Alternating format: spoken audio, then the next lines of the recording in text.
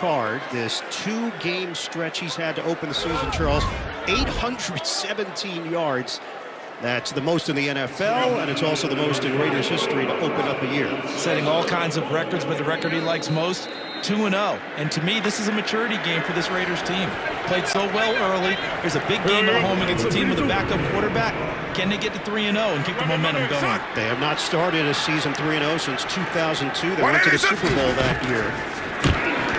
Handoff. Kenyon Drake, no Josh Jacobs once again. He's dealing with a toe issue and ankle injury. They're hoping to have him next week when they take on the Chargers.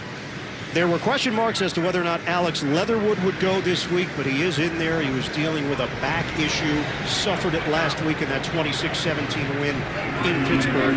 Everybody has contributed at the skill position for Las Vegas. We know that Waller is one of the best targets in the NFL and put up big numbers in week 1. Second down and 7.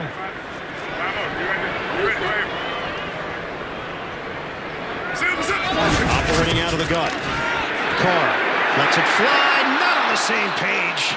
Henry Ruggs. And Ruggs had a step. 3rd and 7 for Las Vegas. Defensively for Miami, yes, they got shut out last week, 35-0 to Buffalo. Defense really was not the issue, though. They believe they can get more pressure with this front.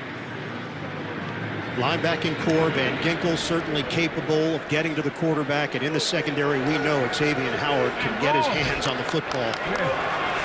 Might be the best pure corner in the NFL right now. We're good, we're good. They're down in 7, opening drive.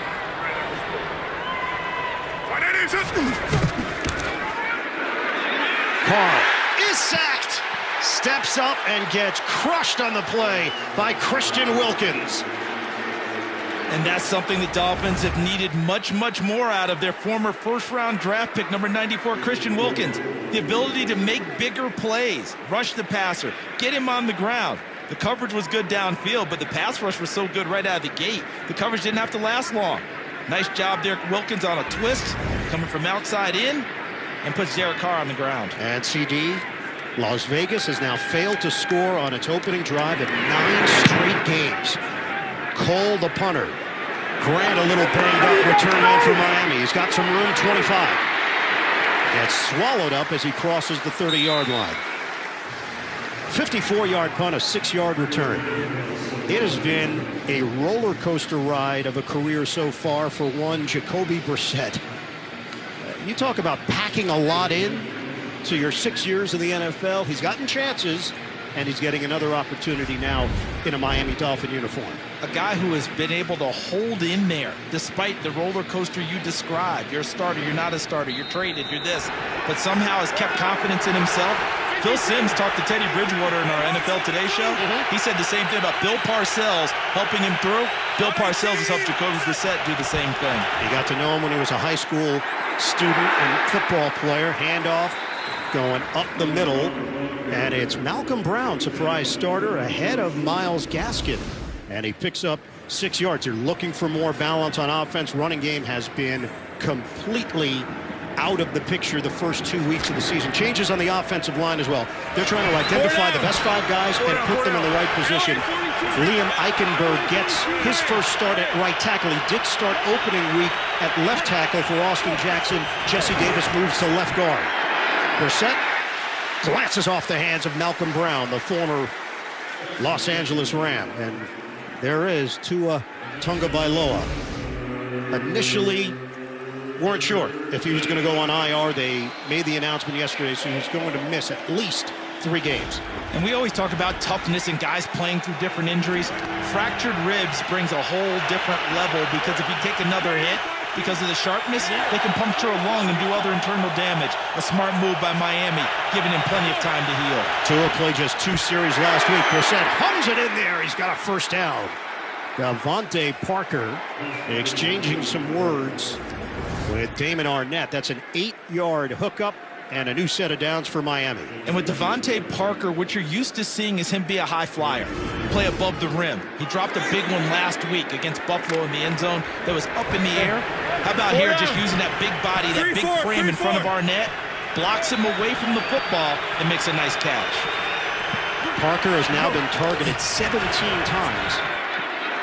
Handoff to Gaskin, who turns it upfield and crosses into Raiders territory. Falling forward, Denzel Perriman will get credit for the tackle. He picks up 5. That injury that we talked about with Tua, only 2 series last week against Buffalo, and that was the hit. And the offensive line certainly did not do its job last week. And that was Jesse Davis, who was playing right tackle. Later had a knee injury in that game. He has actually shifted to guard for this game, as you noted, Ian. Liam Eichenberg, the rookie out of Notre Dame, playing right tackle now, trying to get that best 5, as you noted, solidified. Fake it. Brissett tosses it at the feet of Durham Smythe. The pressure from Max Crosby.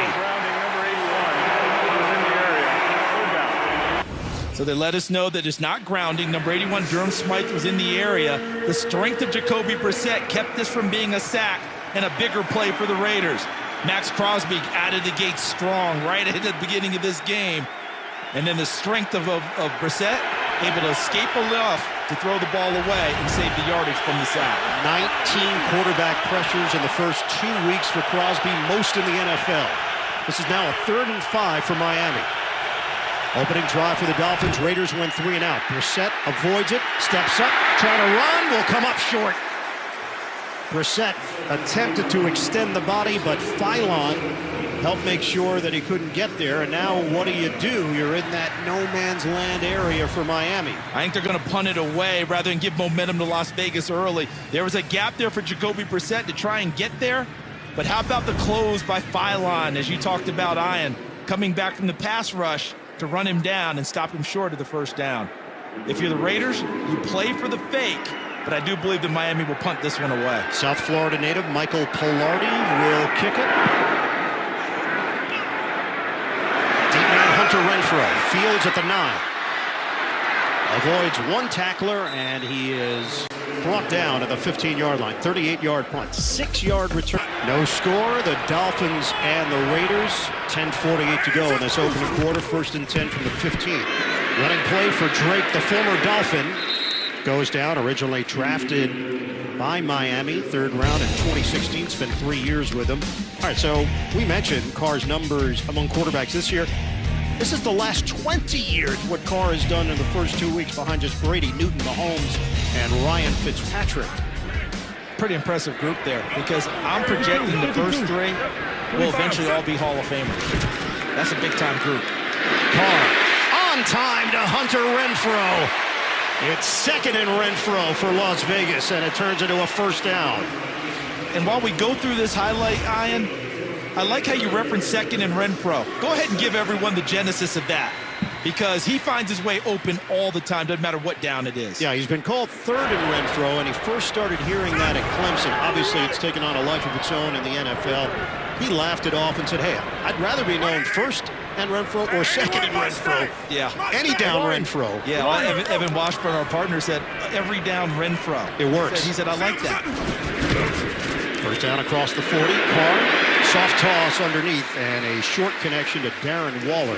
What has made this offense so effective the first 2 weeks? They were good last year. It's another level this season. Well, the personnel keeps getting better, all right? Henry Ruggs, 2nd year, guy outside who does it.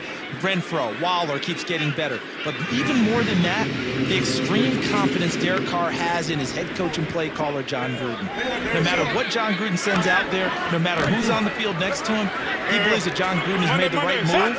And with that confidence, nothing worries him, nothing bothers him. He just goes and plays. Greg Olson, the offensive coordinator, the go-between with Carr and Gruden. 2nd down and 3. It's a running play for Peyton Barber. He will come up maybe short of the 1st down. It's going to be very close. Now on this glance, it looks like he should have enough. A Landon Roberts there to bring him down. And without Josh Jacobs, many think, okay, the Raiders just won't run the football. Well, John Gruden said it well. Against Baltimore and Pittsburgh and their fronts, it's hard to run the football. So they had to go about it a different way. If Miami shows opportunities to run it today, I think that the Las Vegas Raiders will take more of a chance in doing that, and there will be more running plays. We'll see how they play it throughout the game. Working from the gun. Carr fires. Everything is under control, and he hits Brian Edwards, who's still going. Edwards weaving through traffic. 23-yard catch and run, eventually brought down by the rookie from Miami, Jalen Phillips. That was an example of Brian Edwards understanding exactly who he is. He's 6'3", 212. You're a big receiver, be a big receiver. Run right through those attempted tackles and then take it upfield vertically for big yardage. Short throw, long run. When we asked Carr about Gruden, he said, he's a genius. His adjustments are incredible. I wake up every Sunday morning, I feel prepared for anything and everything. Trying to get to the outside, Drake makes the move. And then gang tackled just short of the 20-yard line. Raiders are mixing and matching right now, trying to keep Miami honest with the run. That's 6 yards for Kenyon Drake. And this could have been so much more, but watch this play right there. All right, that was Landon Roberts, 52. He ends up slowing his feet down. And if he's not able to do that, I think that breaks big because they had it well blocked to the perimeter to the outside, but Landon Roberts prevented it from being a huge game. Last meeting between these two teams was a wild affair. The day after Christmas last season, 26-25 Miami, including a Ryan Fitzpatrick highlight toss to the sideline. Carr gets rid of it. Intercepted! Landon Roberts is going to go all the way! Touchdown, Miami! The streak continues for the Dolphins. At least one takeaway in 25 straight games, and a big one in the first quarter on the road in Vegas. Okay, Fraser, oh, look at that. See, Foster Moreau, the tight end, as he was coming across, number 87 in black. Derek Carr expected him to continue across the field. And when he stopped and set up, the ball was already gone from Derek Carr's hand. And the Landon Roberts benefits, and the Miami Dolphins up 6 early. So a rare mistake from Derek Carr. As you pointed out, Charles, he and Moreau not quite connected. baby. Pass route. 82-yard return for the former Patriot, Landon Roberts, one of the Brian Flores crew that comes up big. Made to chill. The Eat Fresh Refresh at Subway. And by Honda.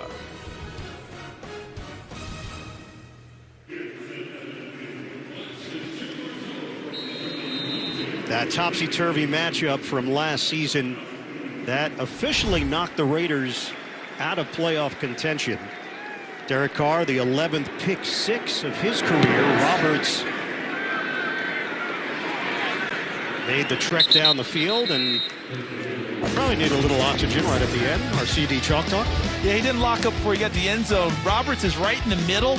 And what's happened is Foster Moreau, number 87, the tight end, as he's going across, he stops his route. He's trying to set up, thinking zone coverage there. Derek Carr expects him to keep running versus what he thinks probably is man-to-man across the middle.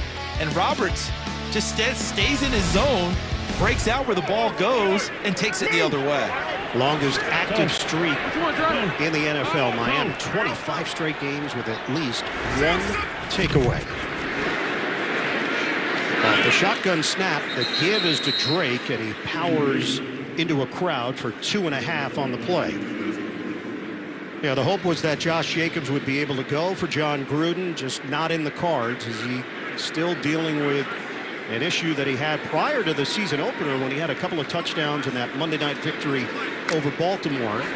Then he was a no-go last week in the win over Pittsburgh. They were hoping the week off would get him to a point where he could play in this game. Not the case. Fake the jet sweep, toss it underneath. Renfro emerges and gets right to the line to gain. Jalen Phillips in on that stop. We asked Hunter Renfro why year 3 has everything seemed to really click. He said, my understanding of coverages, I know what they're trying to do to defend me, my film study, a lot of back and forth with Derek Carr. Monday, set. And do you think the rest of the league will ever catch on? He's actually a superior athlete as well. They should. Just short of the first down. I don't think he got there. He did not. Peyton Barber needed half half a yard. Miami slams him down, and he lost a yard on the play. Adam Butler, number 70, Zach Sealer, number 92. They created rubble, and I think Van Ginkel helped clean it up on the backside. There he is, Van Ginkel holding the point of attack, number 43. So the first two there were Butler 70, Sealer 92.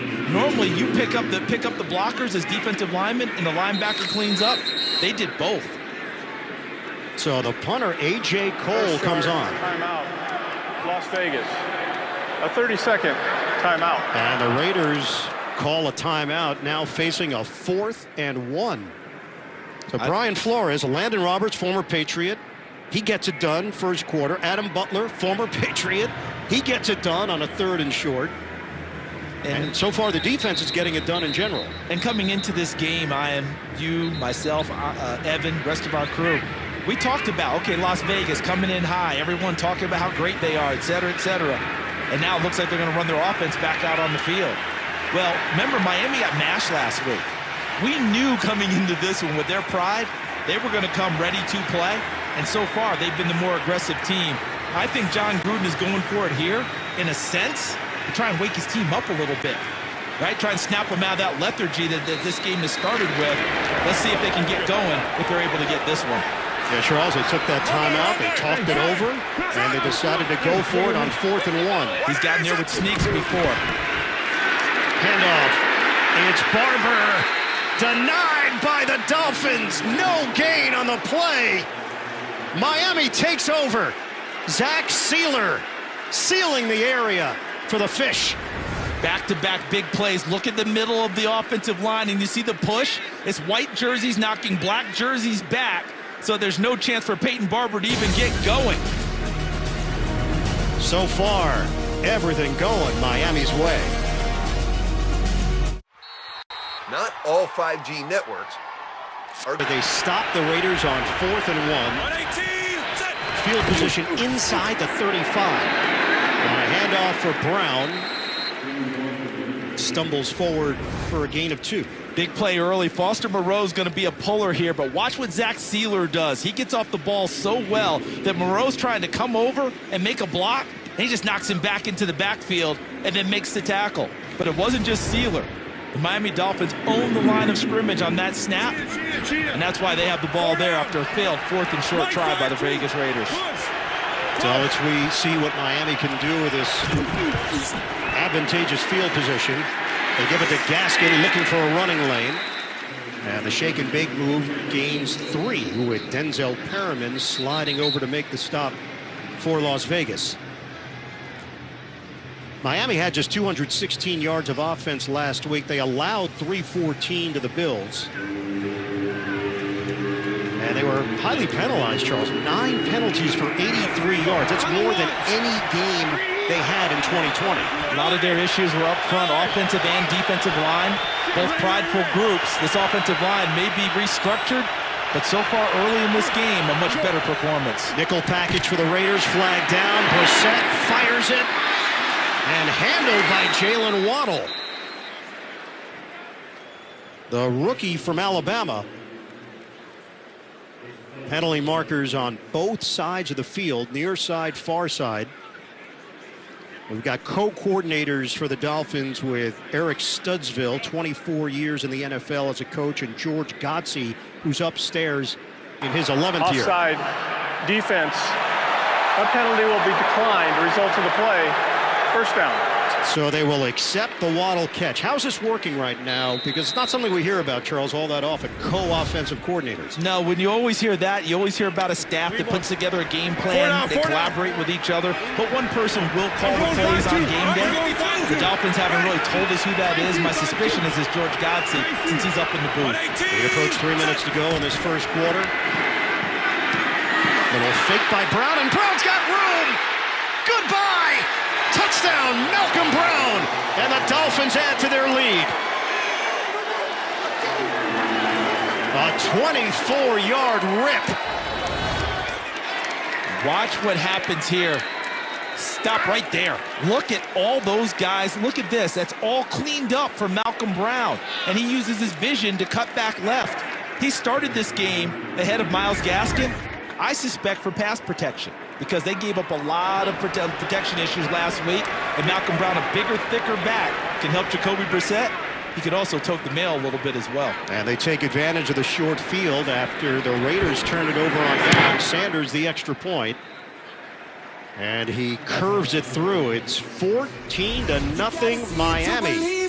Malcolm Brown, north-south runner, size, toughness, and his first touchdown. The Dolphins off to a 14-0 lead on the Las Vegas Raiders. Raiders started last season 2-0. They finished the year at 8-8. This felt very different, though, than last season's 2-0 start based on the teams that they beat to get here. Yeah, see, I thought the whole week John Gruden would just be on his guys, trying to snap them out of it, being 2-0, didn't get you to the playoffs last year.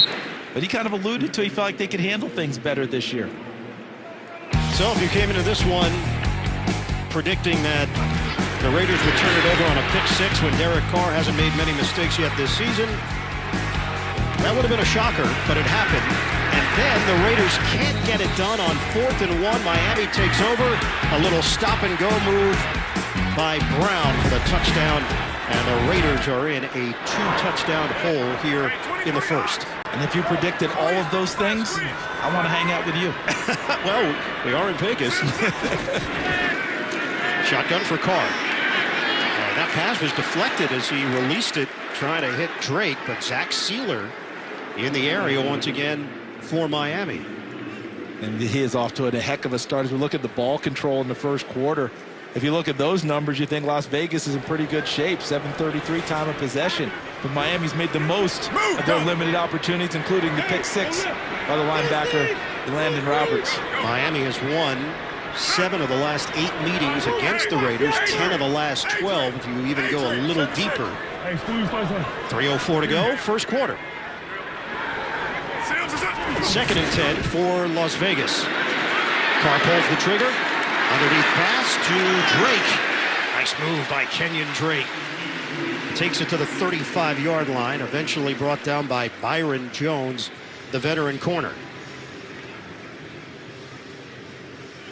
So last week when we saw the Raiders in Pittsburgh did not really give them much of an opportunity to run the football, and Derek Carr utilized the short passing game, sometimes as kind of a substitute for their running game. So far in this game, Miami playing a lot of what we call single high safety, one free safety in the middle, and then they're playing more of a zone coverage on the outside and the perimeter.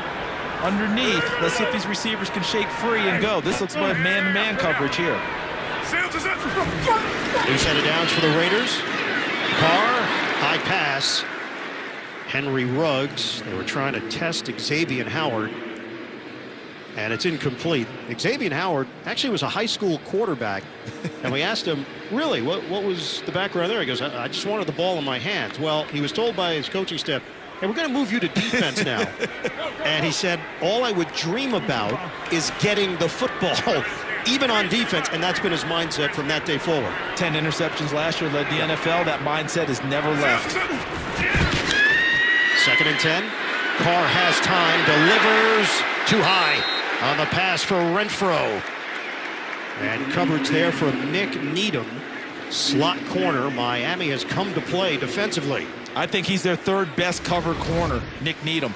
Undrafted free agent out of UTEP. Look at the job he does running with Hunter Renfro, who's one of the savvier route runners in this league and often creates separation. Can't get it on Needham there. Very sticky coverage by the 3rd-year pro. Seen a couple of high snaps to Derek Carr today. We'll just keep an eye on that. Yeah, he's had to play a little shortstop back there, hasn't he, in order to bring it down. 3rd and 10. Carr unleashes a deep one, a wobbler, sliding grab by Renfro. He makes the adjustment and hauls it in at the 40-yard line. Perfect analysis, Ian. He made the adjustment. The very last play, Nick Needham right in his hip pocket, can't get away. Here, he feels the pressure and makes a second move. Double move and gets downfield. Illegal use of hands to the face, number 25, defense. That penalty is declined. Result of the play, first down. I think this is an example of Hunter Renfro. What did Derek Carr tell us? They run the same routes 1,000 times each. but never the same way in each time he runs them. And here's the penalty up at the top where the hand gets right into the face mask. And inside in the interior, you can get away with a little bit more with the rules. You know, keep it up there a little bit longer before getting it off. But outside, they're going to call it as soon as your hand gets up into that area. They mark him down at the 40. It's a 25-yard pass play. And Hunter Renfrow with another highlight. High snap over the head of Carr, and he is forced to toss it away.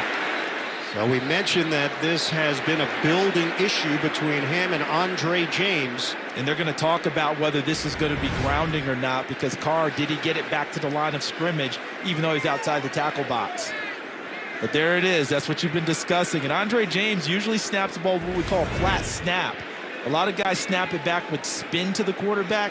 It's supposed to be kind of a flat, dead snap, which is supposed to be easier to control. But in this game, that has not been the case for Andre James. And flag is out. Now, I don't know if he got back to the line of scrimmage, I think is going to be the call, even though he's outside the tackle box. Intentional grounding, number 4, offense. The ball will be placed at the spot of the foul. Loss of down, second down. And take it a step further here, Charles. He's fortunate the ball just popped right back to him. Yeah, sometimes with that flat snap, without the spin on it, doesn't cartwheel away from you, and it came up like a basketball dribble. And you're exactly right. Even more fortunate, otherwise it could have been a bigger disaster for the Raiders. It's a huge loss, though. It's an 18-yard loss on the poor snap. And let's see how aggressive Miami gets here. The rookie Jalen Phillips out of Miami hasn't done that much so far, but they've got him out on the field, a tremendous pass rusher. 90 seconds to go, first quarter. Carr hit as he throws. The wobbler is caught along the sideline. Kenyon Drake, but he was out of bounds.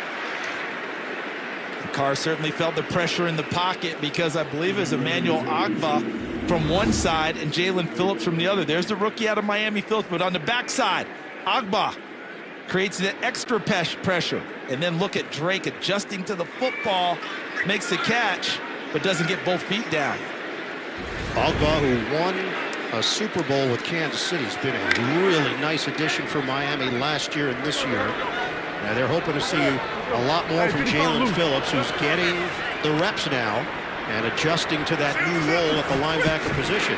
Third and 28. Look how they loosened up on the coverage there with that 3rd and 28. Moreau off the soft toss. Miami's not going to let him get past that second level, and limited to an 8-yard pickup. The Raiders will punt it as we count it down to 1 minute to play in the first quarter. So Brian Flores is the head coach. He's a defensive guy, although he will tell you all the time, I am a head coach. I coach all positions, and he does. But defense is what got him the job. Josh Boyer, his defensive coordinator, they work together in tandem. Boyer with a nice call there, had the advantage, 3rd and 28, played zone, throw it underneath, rally up, make the tackle. A.J. Cole to kick it. Jakeem Grant waits for it, over his head, bounces at the 6, and the Raiders get down the field. And a flag comes down. Looks like the Raiders had downed it, and now they're getting into it. There was contact at the end of the play. Miami's special teamer made contact. Zay Jones got down the field to down it. Now the determination, did he down it, keep possession, did it go in the end zone? And no coach likes to see flags, no coach likes to see fights.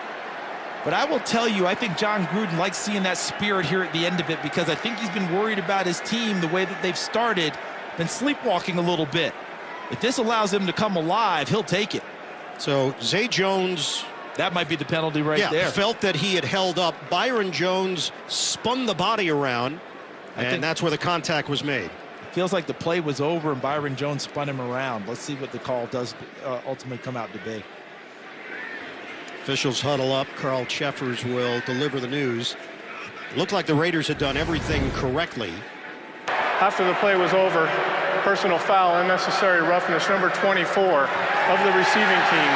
Half the distance to the goal, first down. So do you just take the ball and turn it? Because it was right there. Yes. That penalty just cost them 0 yards. The ball was inside the 1. I mean, I've always loved when the officials are like that. How far do I move it? You just kind of rock it a little, move it.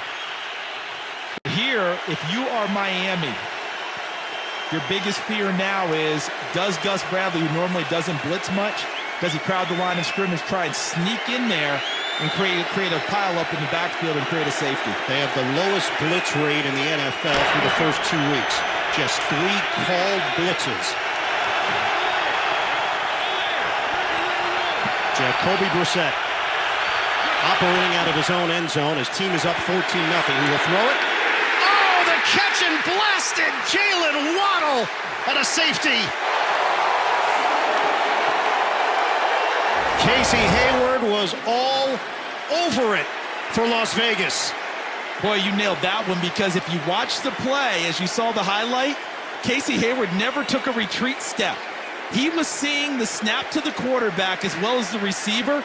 One eye on the receiver, one eye on the snap to the quarterback, and as soon as he saw the quarterback turn, he just triggered and went right there. Never was pressed, never got into a back pedal, and went up and made a huge play. And I do believe this Raiders team is waking up. And Charles, that is an odd call at the goal line. Normally you see teams run it, try to create a little bit of space, a yard, 2, or you just take a shot downfield. Right. But to toss it to the end zone and give the defense a chance. And not even have a blocker pulling as a protector out on that screen. So very interesting call there. But how about the veteran savvy of Casey Hayward to be able to do what we call cluing on the corner?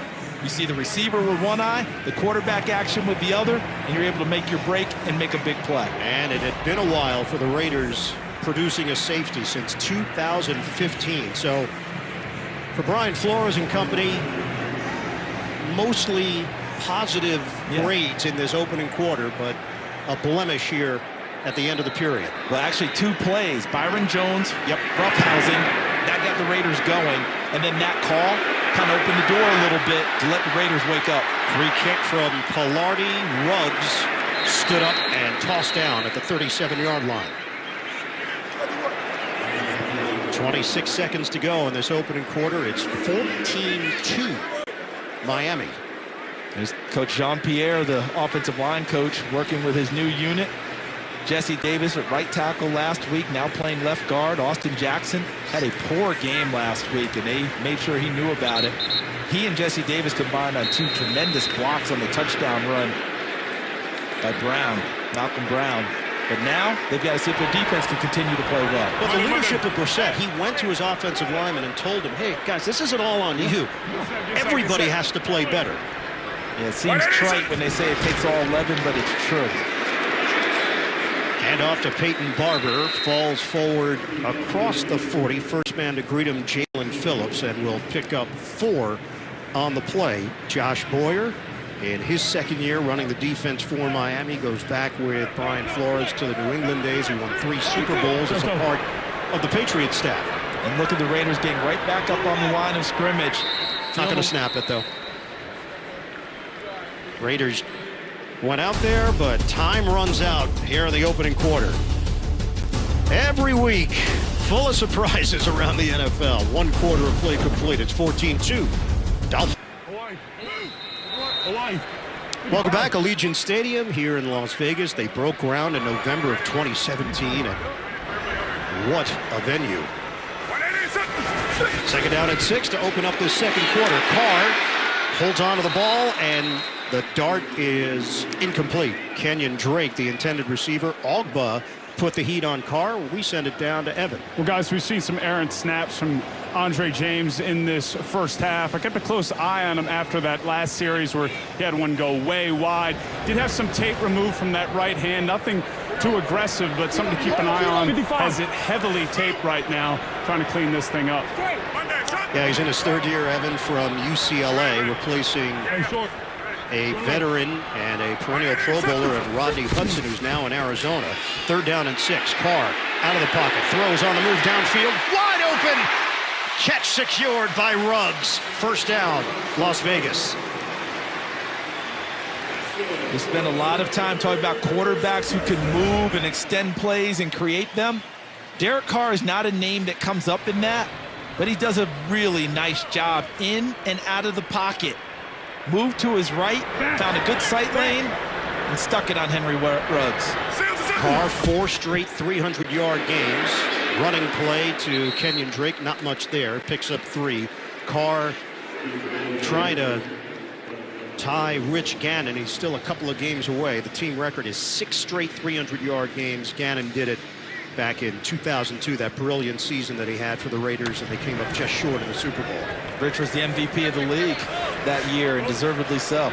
A monster season. Remember, he was such a great athlete. They were talking about moving him to safety at one point. Glad they didn't. They would have missed a heck of a quarterback. Yeah, Rich stuck by his guns that he was a QB and did it for so long and did it well. Hot throw to Darren Waller. And Waller has got a first down in a matchup with Eric Rowe. Waller had his way with Rowe in the matchup last season, Week 16. Last season, that matchup you're talking about, Waller had 5 catches for 112 yards, most of them over or beyond Rowe. In this game so far, I've seen corners and safeties matching up with Darren Waller. Byron Jones has matched up with him numerous times already, so it'll change throughout the game about who gets the assignment with Darren Waller, often more than one guy. What did Pittsburgh do against Waller last week? They doubled him on just about everything, high and low, someone underneath, someone over the top. Check to a running play. It's Drake. Carries a defender with him. Nice physical run to the 25 and gashes him for 6 yards. Sealer with another tackle for the Dolphins. Notice how they're starting to utilize the run a little bit more now. I've mentioned it a few times already. This Raiders team did not seem ready to go out of the gate. But after a couple of plays recently, they seem to be on their toes a little bit more. And it feels to me that John Gruden is the play caller. Greg Olson's offensive coordinator. They're riding that wave a little bit with the offensive line, utilizing the running game a little bit more. Yeah, that's also why time of possession isn't always a fair barometer of how the game is going, because they're dominating time of possession right now against Miami, yet they're down 14-2. Carr, double pump, airs it out, and he was looking for Barber down the sideline, incomplete. I think that was more to avoid the sack and realize he could get rid of it over the sideline than anything else. I think it's a smart play by Derek Carr. Starting to get heat in the pocket, nowhere to go with the ball, just throw it over the sideline, and maybe you get lucky and Barber makes a circus catch, but otherwise, no harm. 3rd down and 4 here for Las Vegas. So Waller is right here at the top of the screen, and Renfro, your 3rd down guy, is right here. Nickel defense for Miami. Raiders looking to convert. Carr engulfed. And it's Brandon Jones. They bring the blitz, and it pays off. A loss of 7 on the play. One of the highest blitzing rates in the league resides in Miami. And there is Brandon Jones, 29, working in tandem with number 70, Adam Butler, number 92, Zach Sealer, 2 bigs, and he defeats the attempted block by the running back, goes right over the top of him and puts Carr on the ground. So, Ian, how do you beat 3rd and Renfro? You knock the quarterback down and don't let him throw it. And Daniel Carlson is on for a 50-yard attempt. He has made 26 straight field goals. Carlson, the kick. He nails it. Last week, he went against himself in fantasy football and lost the game. That's just tremendous. Joy and pain in one weekend. Last week, he won AFC Special Teams Player of the Week. And he has cut into this Miami lead with a 50-yard field goal, now 14-5. Dolphins. Grant is the return man for Miami. Good job by the Dolphins defense. A good drive by the Raiders, and they shut it down and just gave up a field goal. And Daniel's brother, Anders, is currently the kicker at Auburn. Well, we mentioned a great week for Carlson, except, quote, I actually played against myself in fantasy, so that was tough because I took a loss. I definitely contributed to that. You know, I think in the balance, he's okay. Yeah, you take the actual win over the fantasy win. So in a league, I wonder if they said you can't take yourself, or did just one of his buddies take him because, yeah, I think that. I think the latter. I think it's the latter. He plays in a league against his college buddies. Are you in one of those leagues? I am. I've been in the league since 1991. Same league. How's it going? Going really well. Step up and throw by Brissett, and it's caught. Jacoby Brissett puts a little mustard on it to Devontae Parker. 13 yards and a first down for Miami. Watch Brissett Big guy, but manipulates the pocket well, climbs it, and then makes a really good throw to the outside where Devontae Parker uses his big frame to keep Casey Hayward behind him and make the catch.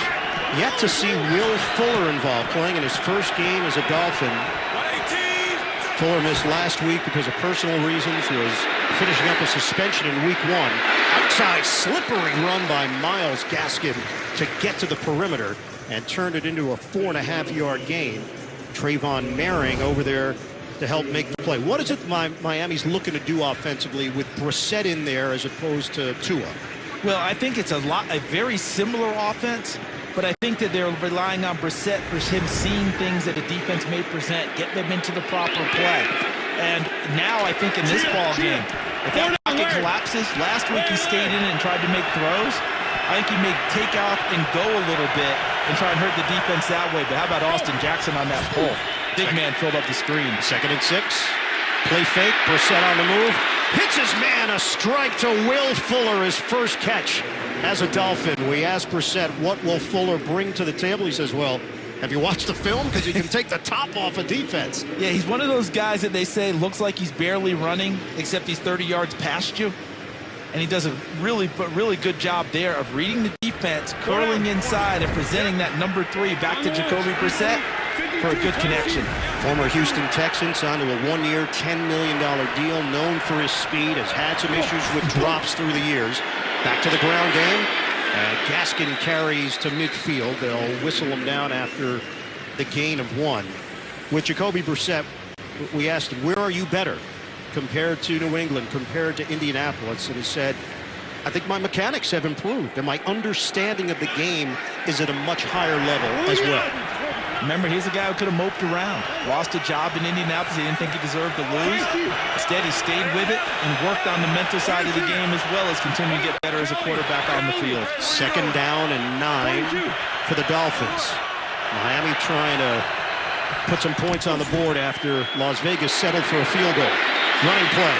And it's Gaskin again squeezing through across the 45-yard line. You asked me a minute ago about what I thought Brissett may bring. I feel like that was one of the things in terms of the mental side.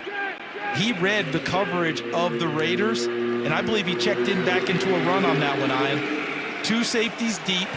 The box was a little bit lighter, and he checked out of a pass, I believe, back to a run inside to Gaskin to set up 3rd and manageable. And Charles, he mentioned meditation has become a big part of his life. He's really gotten into it the last 3 years. He started in Indianapolis, yoga as well, and it just keeps his emotions in check. 3rd down and 3. Fake the run. Instead, it's a pitch to Gesicki, and it works. 1st down. Mike Gesicki picks up 4 when they needed 3. So Jacoby Brissett's now in his 6th year in the NFL. Started with the Patriots, actually started 2 games during the Tom Brady suspension, ends up getting dealt to the Colts. The Luck injury forces him into action, then Luck retires, so Brissett gets another opportunity to be the starter, but then they bring in Phillip Rivers. So he's learned from Brady, he's learned from Luck, and he's learned from Phillip Rivers. On that give to Brown, who had the touchdown earlier, and he is hit hard at the 40 by Darius Philon. Downstairs to Evan Washburn. Well, and you mentioned the meditation for Brissett. He actually picked that up while in Indianapolis. He said it helps him manage the roller coaster that has been his career, saying it brings me back to living in the moment, controlling the emotions, the ups and downs, and just trying to have fun. As we know, he's a fun-loving guy, but it's been a stressful 6 years for Jacoby Brissett. Yeah, and his main objective is said, just be a good teammate. That means a lot to him, being a steadying influence for the guys. They give Gaskin an opportunity, nearly loses his footing, and then drives for a gain of 1 with Corey Littleton there defensively. Yeah, we talked about the Raiders' defensive improvements from last year to this year, Charles. A lot of it has to do with Gus Bradley and getting guys that know his system, that he's comfortable with. Yeah, he's brought a number of guys with him, and I think it always strikes me when people see that as a big story. That happens a lot. Coaches want guys around that he can trust and can implement his system, but above all, can play really at a really high level doing it. Raiders going with a nickel look. This is a 3rd and 9 for Miami, just inside the Las Vegas 40. Brissett trying to deal with the rush. dump-off is incomplete. Gaskin, the intended receiver, and the pressure from Ngakoue. And the Raiders showed too deep and rolled into a single safety coverage, but the rush was so quick, it foiled the screenplay. They're trying to get to Gaskin, but Ngakoue was on the quarterback, Brissett, so fast, he couldn't take the normal time you need to dump off the screen. Now, once again, we see a team in no man's land. They make a decision, a quick one. Miami's going to punt it. You'd be looking at a 57-yard field goal attempt, which apparently today is not a big issue. Some of the numbers we're seeing around the NFL, including Justin Tucker. Pillardi trying to place it. And he will. Inside the 5. Well executed. 34-yard kick.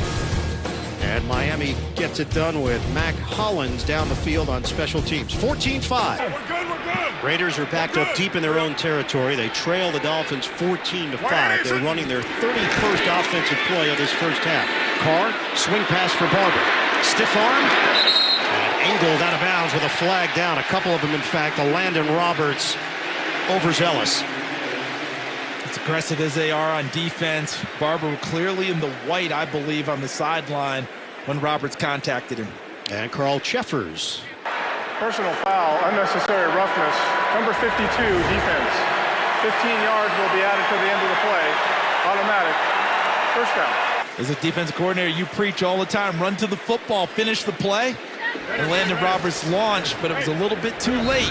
Barber already on the sideline. And he was the second man in, so that's 15 yards tacked on to the 5-yard pass. Toe. Yeah, I like the word you use there. Not malicious, just overzealous. Line of scrimmage is now the 25. What is it? Running play for Barber. Stood up. Hole never developed.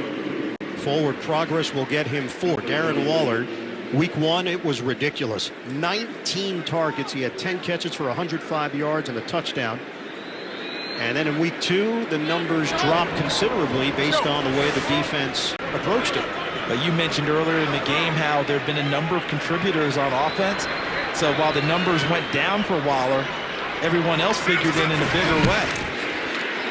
Fake the handoff. Carr off his back foot. Touch. Hauled in. Henry Ruggs climbs the ladder against Xavier Howard. 23-yard hookup. And this catch and throw goes back to training camp. Goes back to a quote Derek Carr said. When you play with speed guys and you work out with your receivers, they have to show it to you in training camp, in the off-season, so that you'll trust that throw in a game. So if he's not there day in and day out and they're working on these things, he knows that Ruggs can go up and get it because he's seen it in practice. So he gave him that chance there on that last play. Now in Miami territory at the 48. Carr lets it rip underneath. Good hands there, but it's ruled incomplete for Peyton Barber. Well, he felt Jerome Baker coming. Barber was trying to make a move while the catch it still needed to be made because he felt Baker bearing down on him. Instead of securing the ball, he's trying to catch it and move away from Baker and unable to hold on to it. When we asked John Gruden about Henry Ruggs, he said, hey, guys, he didn't have a whole lot of experience at Alabama. We believed in him. We saw the upside. Really talented, great kid. He's taken advantage of the opportunities, but got hurt last year. First charge, timeout, Miami. Not physically hurt, but hurt by the fact that they didn't have a normal training camp and preparation in 2020. Back in 30 seconds after this from DirecTV Stream. With DirecTV Stream, I can get... Interesting first half here in Las Vegas with the Dolphins in front 14-5. Miami making plays defensively. Las Vegas has made some big plays defensively as well. And Miami has not mustered a whole lot offensively in this first half. They haven't had to, but Raiders have had some opportunities now. They're moving down the field. But the last time they moved down the field, Miami stiffened as they got close to the goal line, forced them to kick a field goal. So that ultimately became a win for the Dolphin defense. Las Vegas, 2 timeouts left. Second down and 10 for the Raiders. Single setback, Barber. Carr on time to Waller. He's got those long strides after the catch, and he veers out of bounds for 12 and a first down. So John Gruden and Greg Olson as play callers noticed that Byron Jones has been matching up with Darren Waller. Okay, that's cool. Got a corner with speed. That's great. So let's use a little bit of a rub route. Make him run through some traffic to shake him free. Successful on that call. Hey, go. Carr with 169 yards, the pick six. Landon Roberts interception and return for a touchdown for Miami. Go. Sam's is it. New set of downs to work with. Motion man Ruggs. Running play for Barber. 2 yards as he keeps the legs churning. Brought down by Christian Wilkins on the play for Miami. Dolphins won their opener on the road in Foxborough. They have not started a season with consecutive road wins since 2013.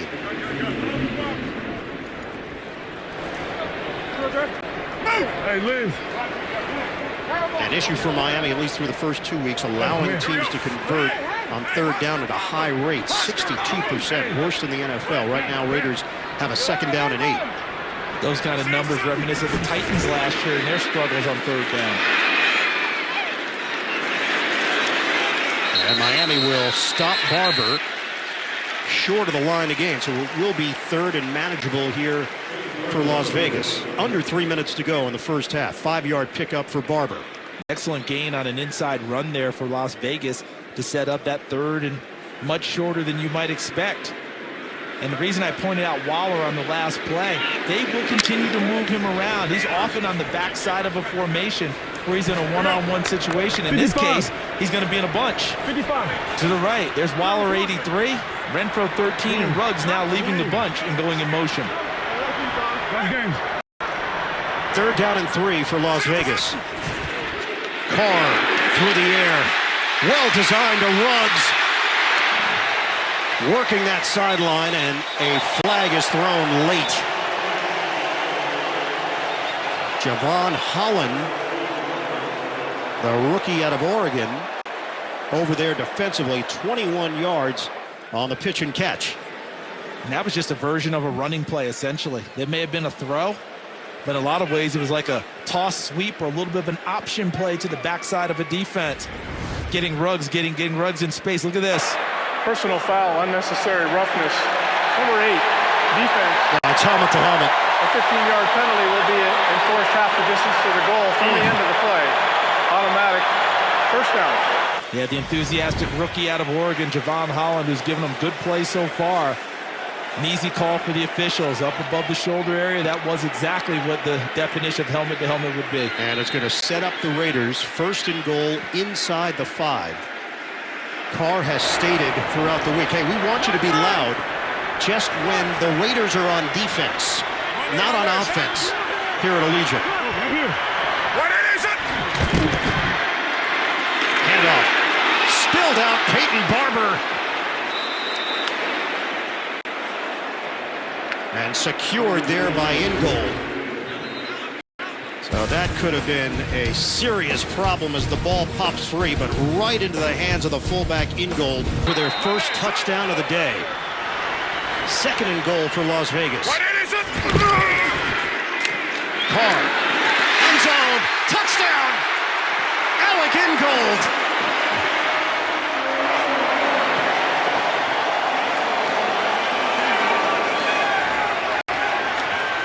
Ingold wanted to join the fans in the front row. He had the double clutch there just for a moment. Have to lower the wall a little bit. What the Raiders did, look, after the fumble by Barber, my suspicion was that John Gruden would go play action here because once a back coughs it up, sometimes you're not willing to give it to him again. So he came out and showed heavy formation, 3 tight ends, and all of them with the ability to catch the football. And Ingold shows why he's a versatile fullback once again. 10 plays, 95 yards. The extra point tacked on by Carlson. Alec Ingold with a touchdown grab, a high school wrestling champion who then had some miscues. Miami took advantage. Dolphins still maintain the lead, but Las Vegas creeping a little closer here. Carlson Shorter kick. Returner is Grant from the 10. Trying to find an opening, cannot. And he is tackled at the 24. On September 14th, less than 24 hours after the Raiders' Week 1 overtime win over the Ravens, defensive lineman Solomon Thomas took part in a discussion about mental health with Las Vegas youth during a city event. Thomas shared his journey with mental wellness after losing his sister Ella to suicide. He also discussed how therapy, meditation, and several other methods helped him cope with his depression. Thomas, formerly with the San Francisco 49ers, already having a major impact on this Raiders D. Brissett steps up, out of the pocket, throws on the move, touch pass, bobbled and dropped by Will Fuller with a flag down. Two of them, in fact. And shaken up on the play is the veteran Casey Hayward Jr., who's been playing at an exceptionally high level for the Raiders.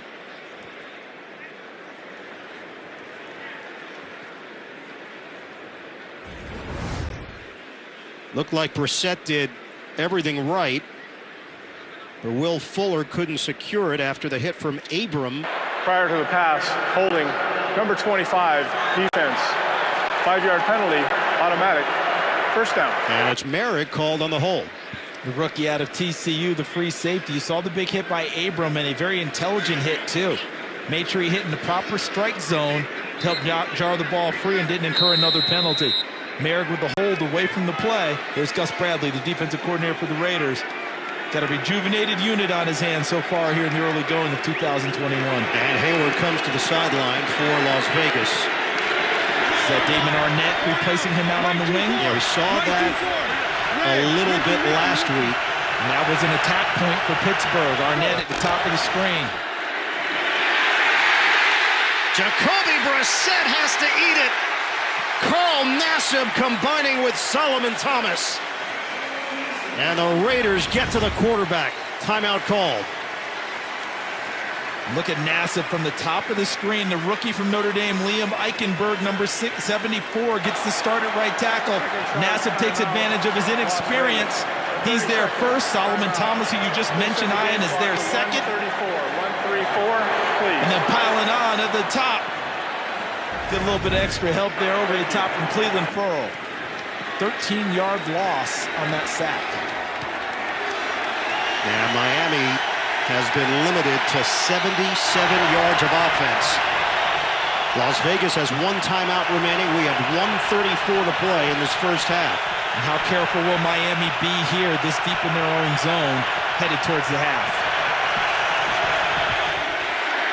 They will go conservative, but Gaskin turns it upfield. Spin move and hit from behind. Brought down at the 30-yard line, well short of a first down. So not taking any chances. Quentin Jefferson collaborates with Divine Diablo on the tackle and a timeout call. Coming up, Verizon Halftime Report.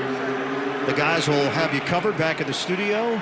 NFL scores, highlights, all coming up on the Verizon Halftime Report. So the Raiders are out of timeouts. 1:21 to play. Please set the game clock to 1:23. 1, 2, 3, please. So tack on 2 seconds. Thank you. You're welcome. I love your rapport with the guys who wear the white hats. Yeah, it's always about chemistry, Charles. But the amazing part is it's with everyone. Normally you have it with one or two guys, but you have it with the entire crew. Everyone with a white hat, you're locked in on. I am. Now, if I'm Miami here, this whole first half, your defense is fought and scratched. I'd be very, very careful with the throw here.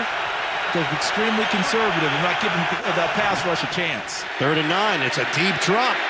Brissett steps up. Brissett, nice fake. Jacoby Brissett gets tattooed at the 40, but he has enough for the first down. Denzel Perriman with the hit. There are two quarterbacks on the roster. Reed Sinnott was elevated from the practice squad. Well, they certainly weren't going with what I was thinking on that. When you mentioned a deep drop, trying to find something downfield, and Brissett not willing to wait as long as he did last week in the game against Buffalo. It was time to go. He went and picked up a first down. even though he had to absorb a big hit from Perryman to do so. If he slides down there, he would have been short. So Brissett, good awareness of the situation. Brissett hits his man Fuller at midfield, and now Miami's got something going here. 10-yard pickup, 2 timeouts remaining. Good hit there by Perryman, but as you noted, Brissett willing to trade the hit for the first down, because if he slides feet first, he doesn't get to the marker. Really good observation. And on that last play, how about the pass protection from the offensive line, giving Brissett time to clutch and make another throw. Yeah, he took a shot to the upper arm, shoulder area. Don't forget, Verizon halftime report. NFL scores, highlights. We'll send it back to the studio. It's all coming up on the Verizon halftime report. Miami has 1 timeout remaining, 35 seconds left. They are at midfield. And that sprint by Brissett changed the whole outlook, didn't it, Ian? By picking up the first down here in midfield, it opens up the playbook a little bit more as the clock winds down. Shotgun, Brissett, great hands, and it's Gesicki. And leaping ability. That goes back to high school, doesn't it? Yeah. Gesicki is a basketball player, volleyball player, tremendous hops. Come out of high school, gets both feet down, tremendous hands catch. Now watch him take it over the bench. Guess we saw that before. We took it over the side and hurdled that as well. 2nd down and 1 after the grab by Gesicki. 4 down. It's part of that tight end summit in Nashville. He said it was amazing, so much knowledge there, just being around all the great tight ends around the NFL, sharing experiences, just trying to absorb it all. Catch made by the rookie Jalen Waddle. And there's 26 seconds left. Timeout taken. So the Raiders took the 2 timeouts with the idea that they would have time to go down the field and score. It's actually ended up helping Miami, who will have a chance. Back in 30 seconds after this from Lowe's. There's a new team in the NFL. One that plays for home. Everyone's home. Whether you're a rookie or a seasoned pro, This team has your back. We can help you tackle any project. We're the Lowe's home team, and anyone can be on it. Are you in? Try out for the Lowe's home team today.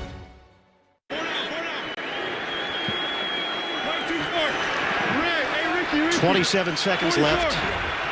Miami is inside the Las Vegas 35. They lead this one 14-12. Dolphins are out of timeouts. Have to scoop it up. Brissett tried to dump it off.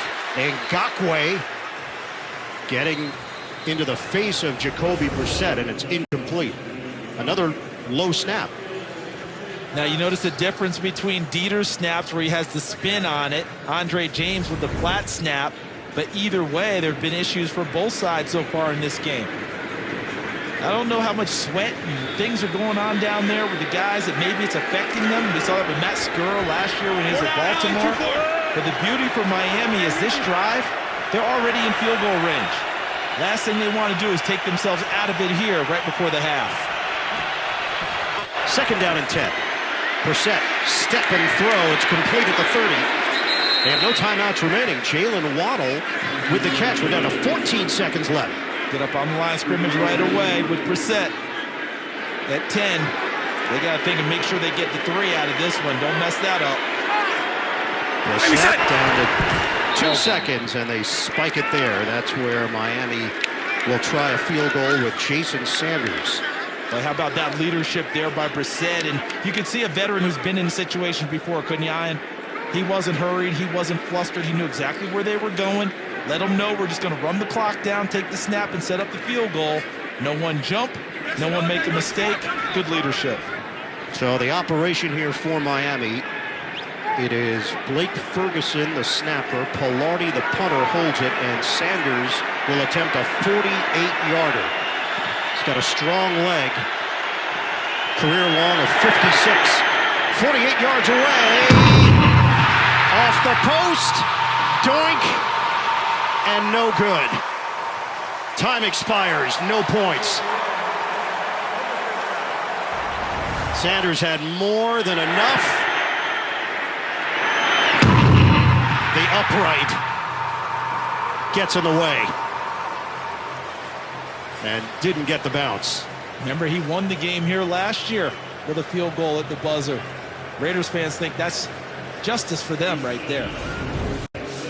14-12. Miami leads the Raiders.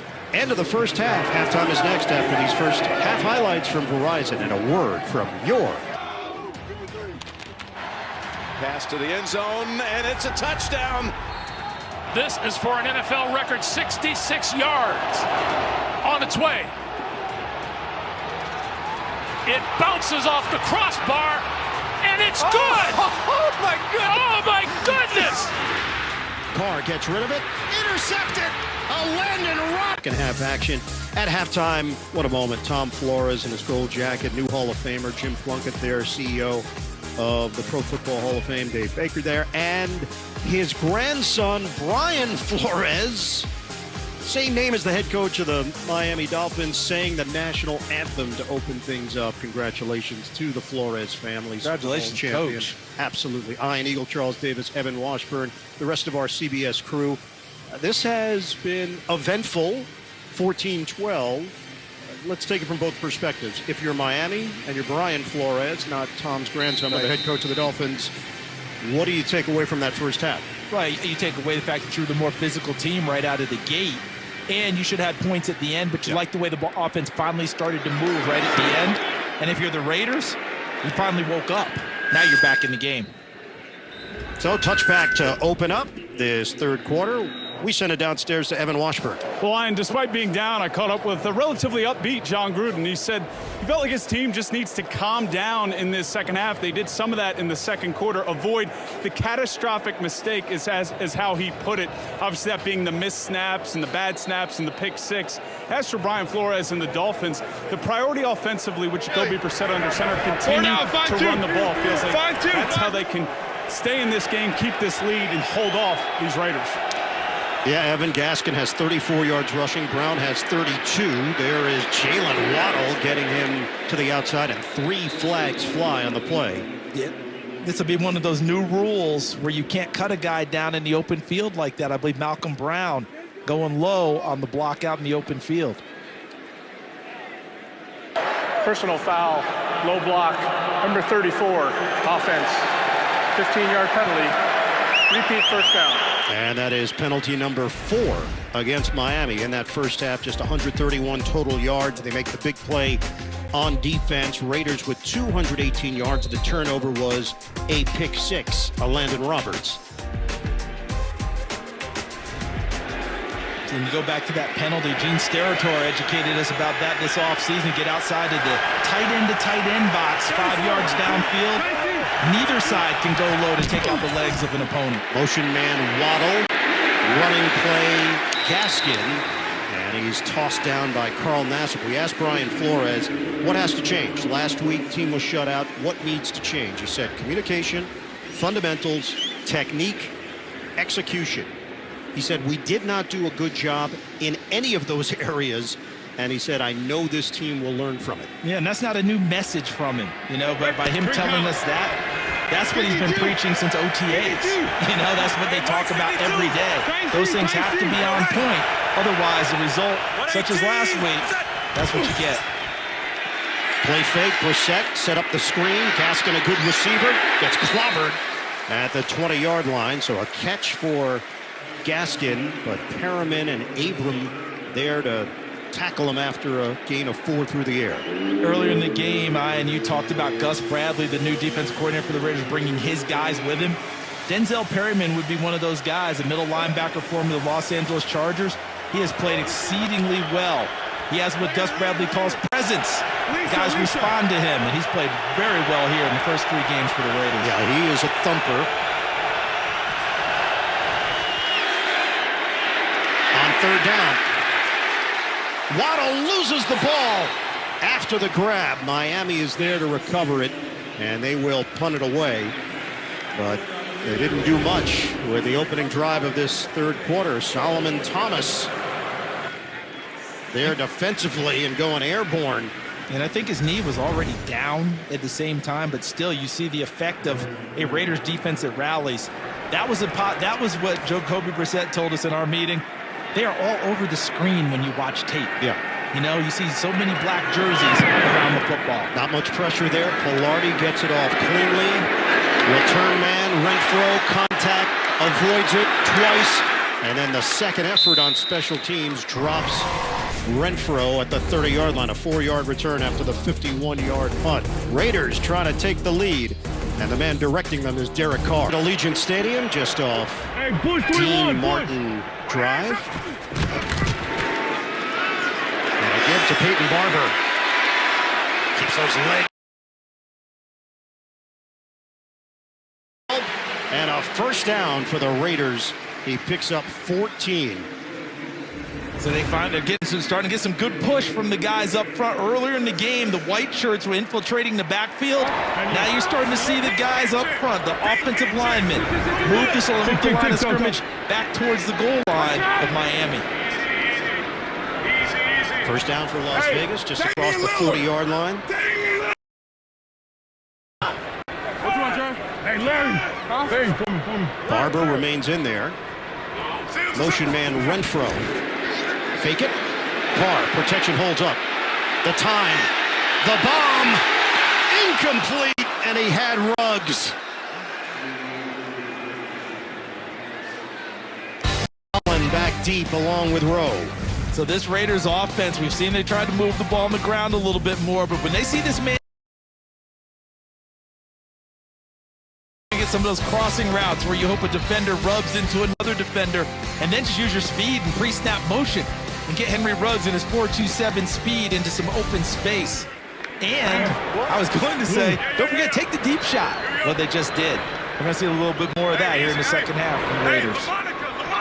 Hey, Bossy. I believe Daryl LaMonica just got a mention. Toss it.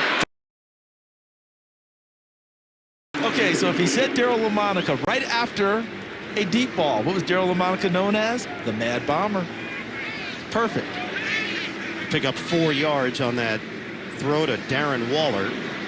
And now brings up 3rd down and 6 for the Raiders. Just underway in the 3rd quarter.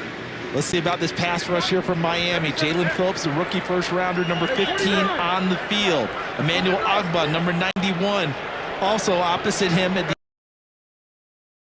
little bit of heat on Derek Carr. There's Phillips right there. Ogbah here. Miami missing Raekwon Davis. He's on IR with a knee injury. 3rd and 6, pressure coming. Get rid of it to Zay Jones. And Jones gets taken down. The Raiders want a flag, and they'll get one. Around the neck, Justin Coleman. He has enough for the first down either way, but we're probably going to tack some yardage on. And we just talked about how the different ways they'll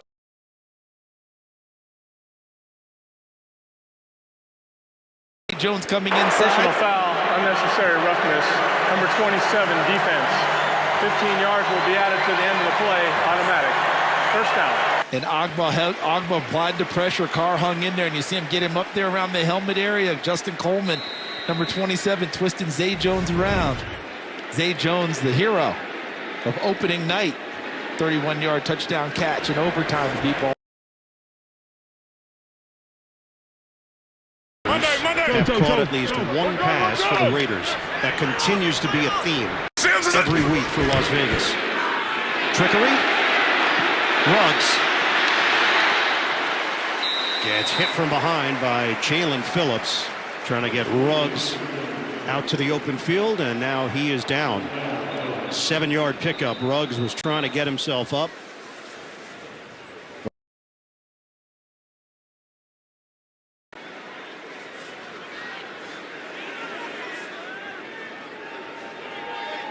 Six foot, 200 pounds. He put some weight on during the offseason. Yeah, trying to get stronger. They said he had about 13 pounds of muscle. He takes the hit there. Phillips is a big dude, 6'6", 266. And he can move it pretty well. And I like what I'm seeing out of Jalen Phillips. I like what Miami's doing with him today, Ian.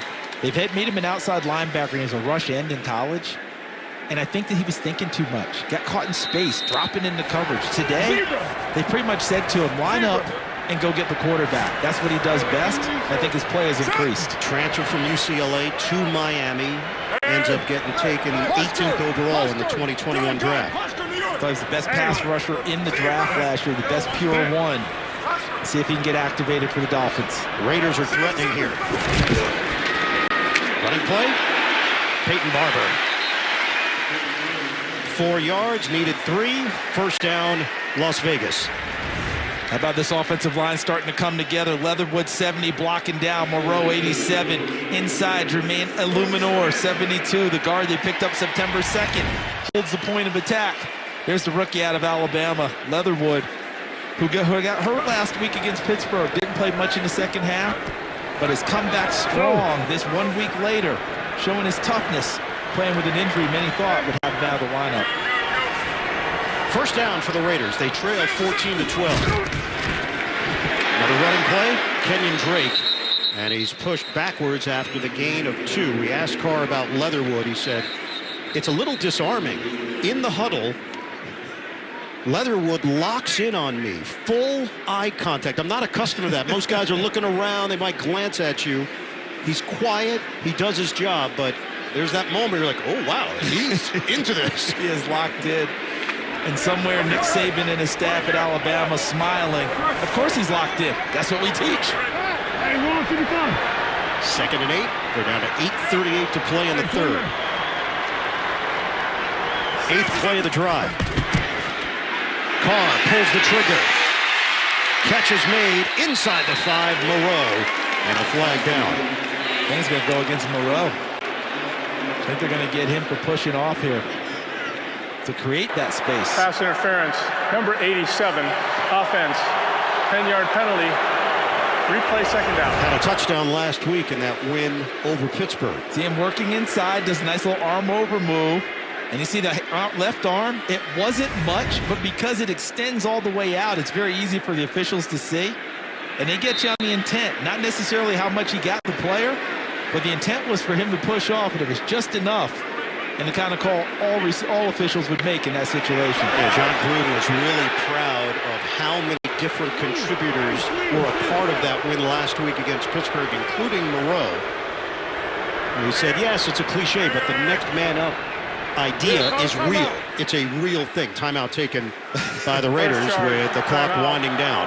What he liked most is the next man up who can actually play well. Remember how he said that helps, yeah. He did couch it. He said, I like next man up. I like the next man up who plays well. And Moreau has done that for him since they drafted him. How about him coming back from that knee injury? Last year was kind of a year to get his legs back under him after the injury. They had Jason Witten here to take some of the pressure off. And now he's back full go and a full contributor on offense. Yeah, John Gruden, in our sit down with him, he had a few doozies, including, I think, the first coach in the last 20 years that has quoted the movie The Natural at some point. You know, he's a lot like you. He likes those 80s references. We're kind of frozen in that time frame, I think. Yeah, we asked him about Renfro. He's like, he's like The Natural. Clutch, savvy. Carr throws it to Renfro. The catch and curl. He said they asked him to get stronger during the offseason. He did. They told him, we don't want you to be a one-dimensional slot receiver. He's not. He also said, I think the dude is double jointed. With all the moves. And we saw one on that tape that we showed. We ran the double move on Nick Needham. That ability to change direction so fluidly. A much better athlete than he ever gets credit for.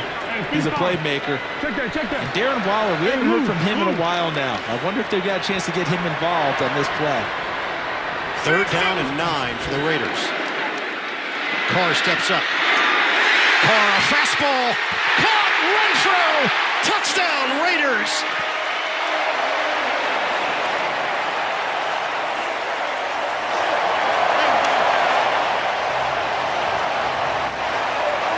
This Vegas team has got something about them. What did you say about double jointed? Did you notice that move? One of the more unconventional double, I would dare say triple moves by Hunter Renfro. But he was aided by his quarterback and his ability to move in the pocket and create extra time for Renfro to make those extra moves. And then a dart finds him for the touchdown. Gruden said that Renfro challenges him as a coach. The conversations they have are high-level football. Derek Carr Said with Renfro, I've seen him run the same route 1,000 different ways. The subtleties that he brings to it. He's a top tier. Sea of Hands play, 1974 AFC Divisional. Stabler to Clarence Davis, John Madden, and Al Davis. The memory of the godfather of the Raiders and his son Mark Davis making the move from Oakland to Las Vegas, and what a huge success it's been in such a short period of time. All right, CD Chop Talk, what do you got? Well, we got Hunter Renfro right here, and watch the variation of moves that you get from him. Watch the shoulder roll to freeze the defender to start, and then gets outside, hitch, and now he cuts back inside. And Derek Carr does an excellent job of staying with him on the route, understanding it. Remember how he says that Hunter Renfro is kind of like his nephew? That he comes over, calls his kid, and the kids call him Uncle Hunter? Well, you see that closeness, that friendship, that time together, and the trust John Gruden has in both of them. Deep shot from Brissett, nobody home. Looking down the sideline for Devontae Parker. Targeted for just the third time. Just not a lot happening on offense in general, specifically in the passing game. 79 yards through the air for the Dolphins. I would think at some point, and probably sooner rather than later, can you scheme something up, block it up, and take a shot with Will Fuller? Try and create some speed, try and create a big play downfield, and give him an opportunity. Dolphins came in second to last in total offense for the first 2 weeks. Darts one to Waddle, and it was sniffed out smartly by Nate Hobbs. 2-yard pickup through the air. That's why he won the job in preseason, a 5th-round pick out of the University of Illinois. Nevin Lawson, who they recently released, they thought they'd have to wait 2 games, get him back from a suspension, and plug him in that nickel spot. Hobbs has taken it right from the beginning. It's not been too big for him this stage. And what did Casey Hayward tell us he liked most about him? He's not afraid to stick his nose in there and tackle. No, he's physical. There's no doubt about it. He brings a toughness to the position. 3rd down and 8. Dime package for the Raiders. 6:28 and counting left in the 3rd quarter. Brissett. Strong throw, and he comes up short of the 1st down with a flag thrown. It's once again Waddle. Multiple flags, too, and I wonder if it's on the tackle there by Abram, the way that it swung around. They flip-flopped assignments with the safeties. Merrick dropped up. I mean, Abram dropped, was deep, and Merrick came down in the box, and then Abram came up and made a play.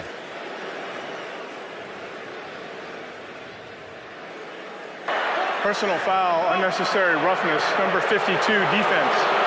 15 yards will be added to the end of the play. Automatic. 1st down. Denzel Perriman, and that was a short completion, short of the 1st down. There it is the helmet, right to the helmet on the tackle. I had thought that was Abram who had popped up. It was Merrick. They had swapped responsibilities. Merrick from free safety to strong. He was there first, and then Perriman helmet to helmet on the tackle created the penalty. Good call by the officials. Costly one for Las Vegas. Miami has a 1st down out near midfield, trailing 19-14. Brissett now 88 yards through the air. Looking, knocked away. Try to squeeze it in there to Gaskin. They just missed a big shot down the middle. I know it's easy from up here in the box, and it's a lot harder for Jacoby Brissett, but Mike Gesicki had Denzel Perriman trying to shadow him inside, right up the middle of the field. Big-time shot, big-time opportunity.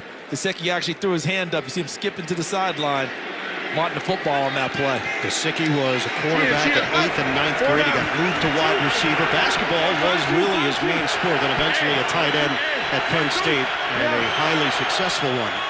2nd down and 10. Motion man is Waddle. Ground game. Gaskin, they push the pile into Raiders territory for a gain of 3. Jonathan Hankins among those there defensively for Las Vegas.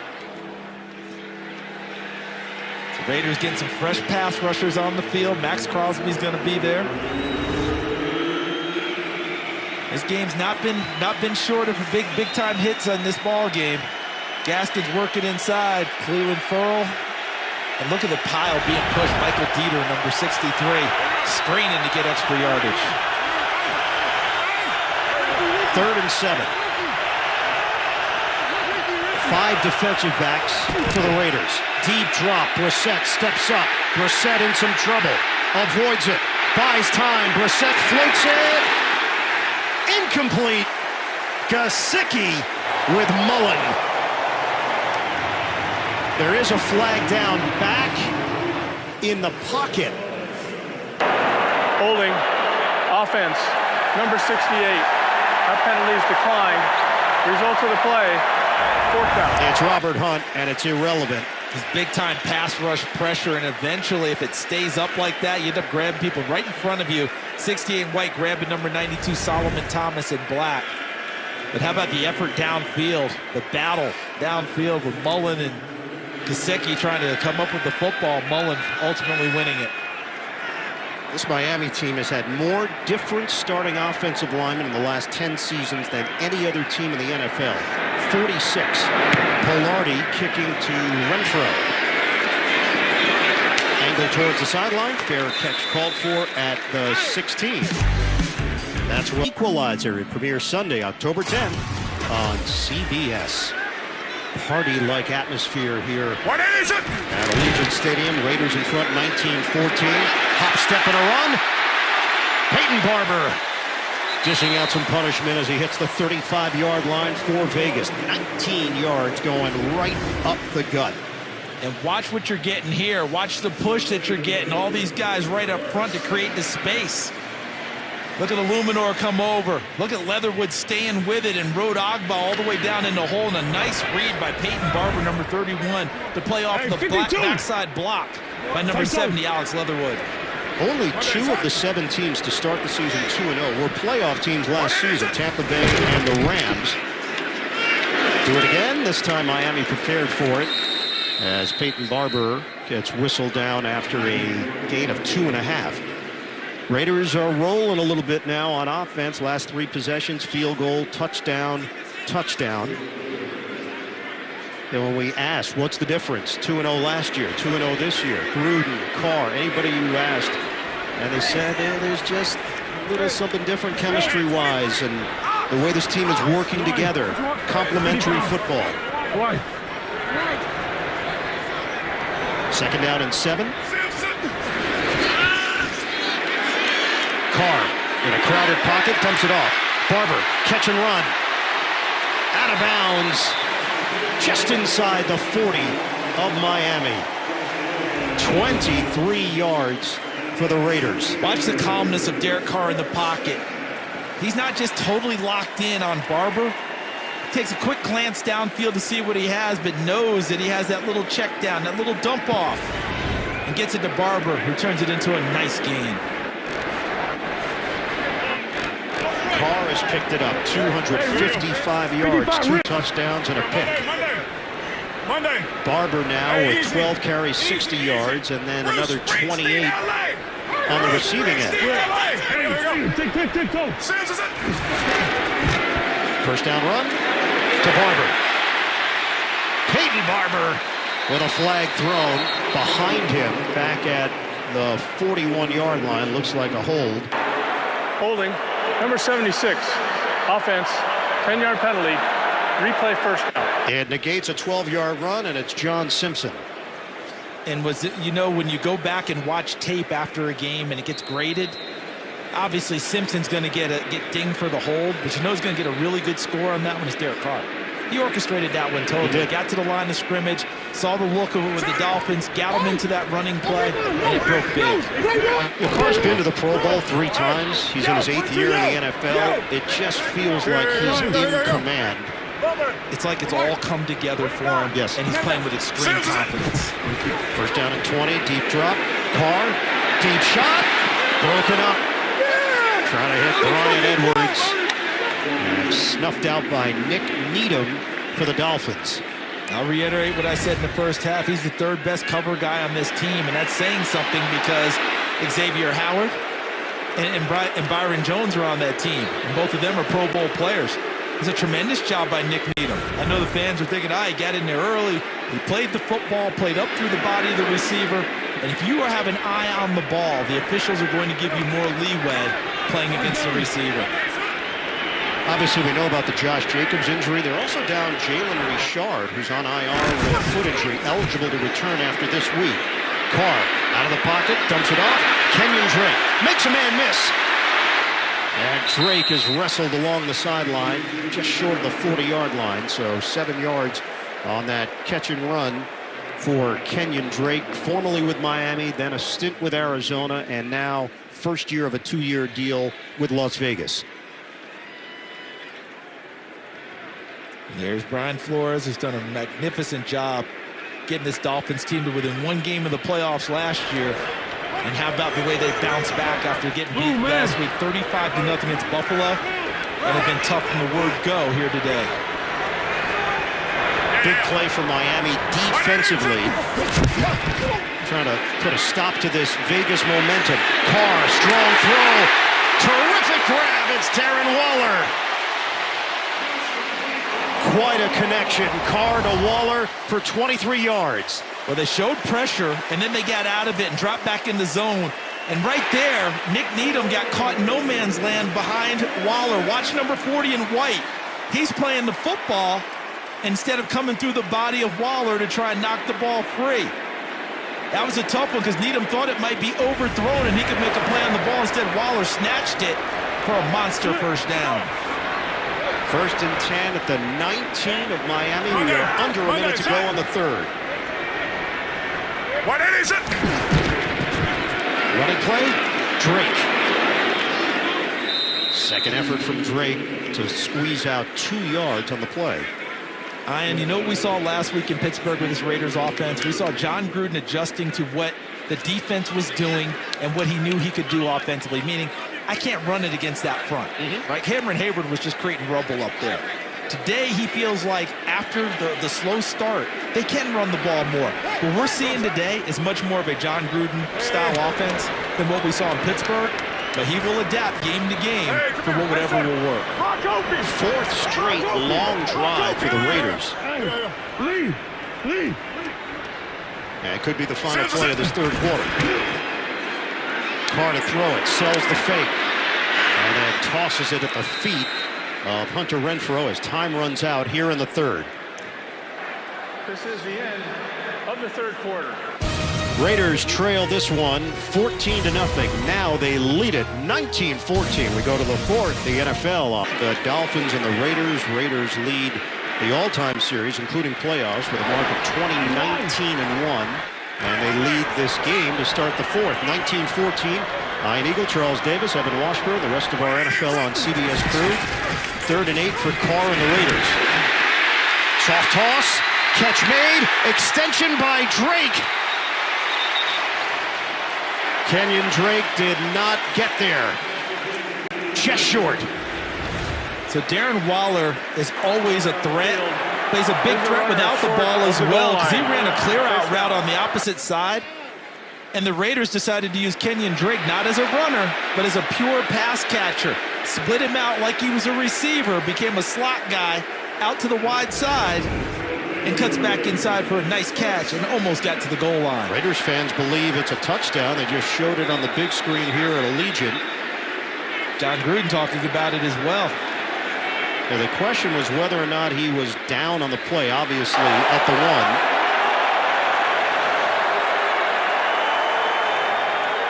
Second charge, timeout, Las Vegas. A 30-second timeout. So they are possibly going to look at this one. I think the Raiders are contemplating. Thus the timeout. And his back is going down, but is the ball breaking the plane at the same time he's hitting? He somehow stays upright. Yes. Now, if I'm John Gruden's guy upstairs, I'm telling him not to protest this one. Take your shot at the 1. I'm taking my shot at the 1 here. I don't think you're going to get this one.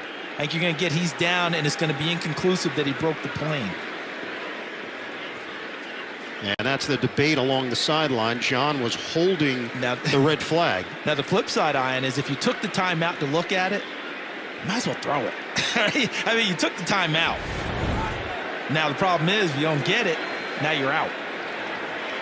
But the reality is if you just toss the flag right away, you would have lost the timeout anyway. Right. So here we are. Well, they're huddling up, and the Raiders are going to try to drive this thing in the old-fashioned way. Remember last time they were down here, they scored on a pass with Ingold when they showed a heavy run formation. Here, don't be surprised if Derek Carr sneaks it. He's been good at that so far in this young season. First and goal. Motion man Waller. Ingold, first man through, and he's denied. Carr has gotten a few first downs on 4th and shorts out in the field. John Gruden not risking him there, using Ingold. If you come back and run it now, I'd use Ingold as the lead blocker. That's what he does best. Let him get some momentum going and hand it off to the trail back, which would be Barber if you're going to go power set again. Sealer and Butler both in there. He ran into Colton Miller on the play. Second and goal. Peyton Barber, airborne, touchdown, Las Vegas.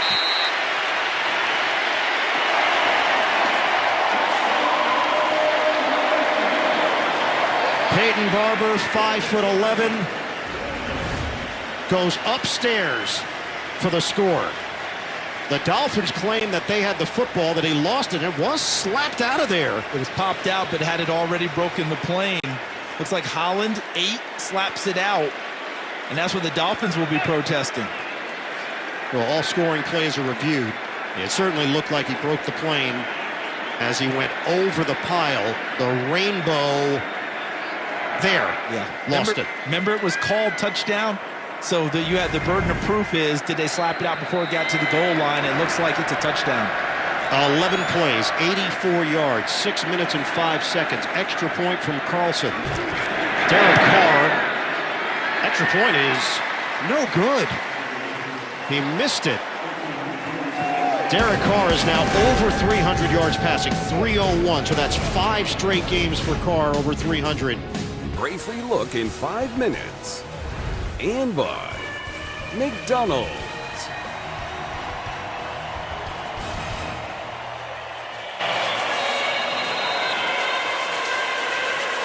Las Vegas with the lead. Charles, you were a multi-sport star in high school, so I know you're a basketball guy too.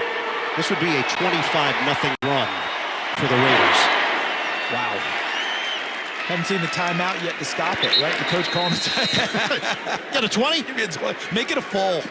Saturday, the SEC on CBS features an outstanding top 20 matchup. 12th ranked Ole Miss, #1, Alabama. The day begins with a drive to Atlanta, 2:30 Eastern, followed by college football today, leading up to kickoff at 3:30 Saturday afternoon. The SEC is on CBS. A lot of wide receivers from Alabama, a lot of players in general in the NFL from Alabama, but 2 here in particular with Jalen Waddle and Henry Ruggs. Shows the adjustment Alabama made to the game and how the game is played.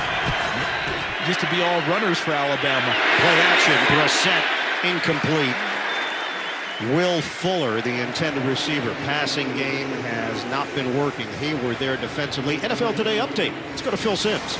All right, thank you, Ian. How about this? Matt Stafford throws his 4th touchdown a day to Cooper Kupp. It's a 10-yard touchdown. It puts the Los Angeles Rams 28, Tampa Bay 14.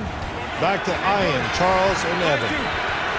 And Phil, sometimes you just get the perfect marriage in the NFL. That Stafford-McVay connection, that has a chance to be really special. Gaskin leans in for a 5-yard pickup. All right, you're Miami. You haven't been able to get your offense going for the most part today. What do you need to see at this stage for the Dolphins to not just stay in this game, but not a comeback? You've got to be able to be super efficient and crisp with your throwing game in terms of that ball can't hit the ground anymore. You can't have any incompletions. Because I don't think they're going to just let Jacoby Brissett stand back there with this pass rush of the Raiders. They got to protect him a little bit. So make sure that ball's out of his hands. So when you're a receiver, what can you get down the field after the catch? They have only 31 yards in the second half. Big conversion there to Gesicki. See, those types of passes are still in play, Ian. You know, a lot of people are looking at it now, 12:50 to go. Hey, you got to push it downfield. Yes, but be smart about it. This pass rush is very good for the Raiders. Offensive lines had issues for the Dolphins. You don't want to just stand back there on 5- and 7-step drops and let Jacoby Brissett absorb all of that. Change was made. Jesse Davis moving over to left guard, replacing Solomon Kinley. Liam Eichenberg, the rookie out of Notre Dame, starting at right tackle for Miami. First down. And he powers it in there on a low throw, but handled by Jalen Waddle, the 6th pick overall, won a national championship with Alabama. That covers 9 yards. And the back-to-back good catches by the receivers to help out their quarterbacks. Help out the quarterback. Ball's not perfectly placed, but they went down and got it both times. Second down and 1 now with 12 minutes to play. Brissett gets rid of it quickly. Catch made. Gaskin is wrapped up by Corey Littleton out along the perimeter. 3-yard gain through the air. I think this is a good job by the Miami offensive staff of not panicking in terms of play calling. You know, not going back there and just saying we're going to fling it. There's Tua on the sideline trying to help out his teammates. Give Jacoby Brissett a chance, and you've noted it already. Getting the ball out of his hands quickly, receivers making plays.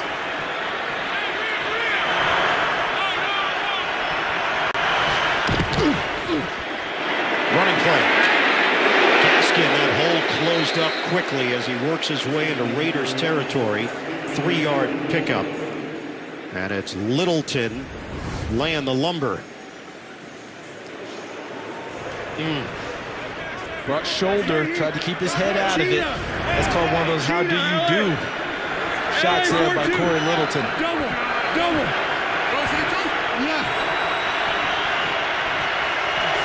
Second down and 7. Handle the rush. Brissett will run. Open space. Slides down as he just crosses the 30-yard line. Jacoby Brissett, 6 years in the NFL. Big guy and showing off the agility. And look at the vision he's got. Able to see it. He even sensed Ngakoue running behind him and made a move to get away from him as well. But Ngakoue flushed so quickly coming upfield. Austin Jackson just rode him past, and Brissett went up. Fake it. And Brissett will angle out of bounds. He got pushed right at the end of the play. Raiders indicating that, hey, we were over there before he stepped out. Officials were right on the spot. No one pulled a flag either. As he gets the sideline, Littleton trying to pull off of it. I think he tripped much more than anything else. It wasn't a violent collision on the sideline.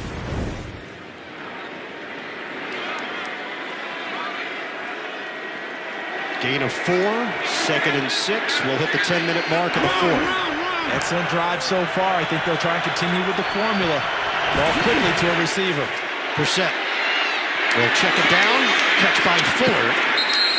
And brought down from behind by Nate Hobbs out in space. 2-yard pickup for Miami. And you just brought up basketball. They essentially tried to run a slip screen on that one, meaning, you know, in basketball, you set the screen, and sometimes you slip and just go past and get a layup. That's what they did with Gesicki right there, trying to catch him napping. They were back deep. They threw it to the guy short in the flat. Looked like a left arm issue for Hobbs as he made his way towards the Las Vegas sideline. Got a 9:20 remaining in the 4th. This is a 3rd and 4 for Miami. Brissett steps up and gets walloped. At the 28, Jonathan Hankins and Quentin Jefferson. This is what they did not want to expose him to with deeper drops and deeper routes. The longer you hold it, here comes that pass rush. Up the middle, off the edge. And now you're trying to find someone. Waddle running across field. Amik Robertson running with him. Trayvon Mullen Jr. with Devontae Parker plastered to him. Here comes Jason Sanders. Yeah, they just made it a more difficult field goal attempt after the loss on the sack. This is 46 yards away. Sanders drives it. And Sanders curves it through. Remember that missed extra point by Carlson, so this is an 8-point game with 8.5 remaining. Miami 17, 8.5 to go in this 4th quarter. And Miami will kick it off with Jason Sanders. After the 46-yard field goal, deep man is Peyton Barber standing at the goal line for the Raiders. Over his touchback. Las Vegas from the 25-yard line. Inside the NFL is now streaming The hardest-hitting team of analysts in football provide expert insight, exclusive commentary you won't find anywhere else. Stream new episodes Tuesday, 9:30 Eastern, exclusively on Paramount+. Derek Carr, that's 5 straight 300-yard games, second longest streak in team history behind just one man, our buddy Rich Gannon. 6 in a row. MVP season for Gannon in 2002. Last time this team started 3-0. Give is to Barber. They've certainly loosened things up front against this Miami defense. 4-yard pickup. And now we're seeing touchdowns. And we're seeing them from different Raiders. Yeah, it just keeps popping up as John Gruden talked about how he's enjoyed the contribution. Ingold, Renfro, Barber. Last 3 drives, 3 different guys with the payoff. Biggest defensive series of the game for these Miami Dolphins. As you see the clock under 8 minutes. The last drive for the Raiders took 6 minutes and 5 seconds. Dolphins have to force the issue a lot quicker than that. Raiders come in, ranked number 1 in offense through the first 2 weeks. Barber walks the tightrope, and he is out of bounds. Jerome Baker over there defensively. Yeah, there's something interesting, Charles. This is not something you normally see in the NFL. There's no marker on the other side with the first down stick.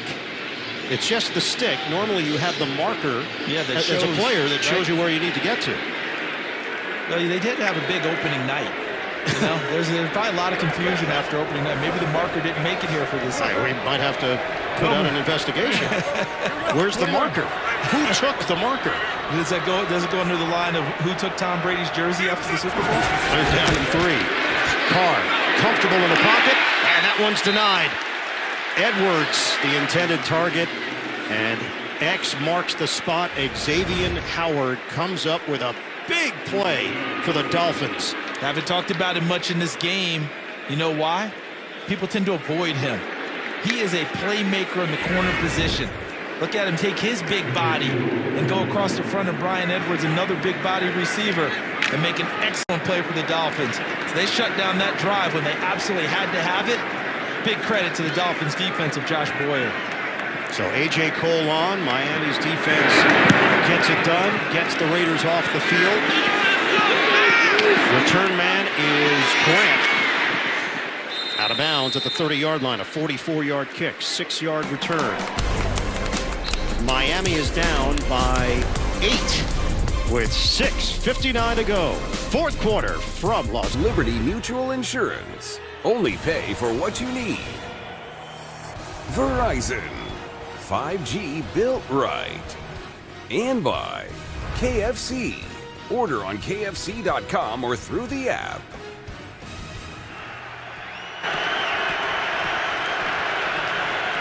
Dolphins very much alive here. They trail 25-17, just under 7 minutes to go. Brissett takes a look downfield, checks it down to Gaskin. Little something extra at the end of the play with Jonathan Abram. And it's a 3-yard pickup on first down. You know how often I've talked about the pass rush of the Raiders in this game. I think this game may go Ian a little bit more out, a little bit more out here to the perimeters. Because I think what's going to happen is Jacoby Brissett's going to continue to get the ball out of his hands quickly. So these corners, Hayward, Mullen, Abram, Merrick in the secondary, their ability to tackle in space and not give up a big play will be key. Brissett is 20 of 29, but just 112 yards through the air. Fake the handoff. Brissett keeps the play going with a low throw. Jalen Waddle goes downstairs, and it's incomplete. That ball hit the ground. And Gus Bradley surprised everyone with a little blitz off of the edge. Normally, he doesn't blitz a heck of a lot. He picks his spots, and he did there. And Brissett did a nice job evading that and throwing it downfield. But I think the pressure did force the inaccuracy on the throw. Charles, it was a combination of Abram and Littleton that put the heat on Brissett. And now Miami faces a 3rd and 7. Nickel package here for the Raiders. And Brissett to throw it. Brissett works around, looks downfield, dials up a deep run. Incomplete. Skies it over Parker with a flag thrown back at the 26-yard line. And the Raiders, I think, just bailed out the Dolphins with a hit on Jacoby Brissett at the end of the play. Max Crosby trying to get to the QB. Happened right in front of Trey Blake, the umpire. Personal foul, roughing the passer, number 98. Defense, 15-yard penalty, automatic, first down. Absolutely an excellent call. I know it was a long run for Max Crosby, and at the end he wants to finish it off. That's the play that he'll learn with experience. That's a hit you don't need to take at that point. That play's done. Your defense is just won, and you've given the Dolphins extra life. So it's going to set Miami up with a first down.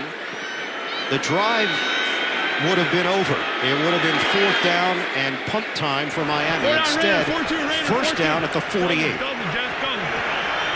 That's 6 penalties costing the Raiders 73 yards. Brissett tosses underneath. Catch is made by Gesicki for a modest gain. Give him 5 on the lean. And to get the sense that both sides, patience is the watchword. Miami, don't get too crazy with the deep drops and trying to throw deep routes because that gets Brissett sacked. And the Raiders, not a lot of blitzes, keep it in front. Make good tackles and hope that they make a mistake. Just don't give up anything deep. Second down and 5. Running play, Gaskin. Didn't go down on first contact. Needed 5. Looks like he gained 4. Hankins among those there defensively for the Raiders. We mentioned the dual offensive coordinators with Gotze and Studesville.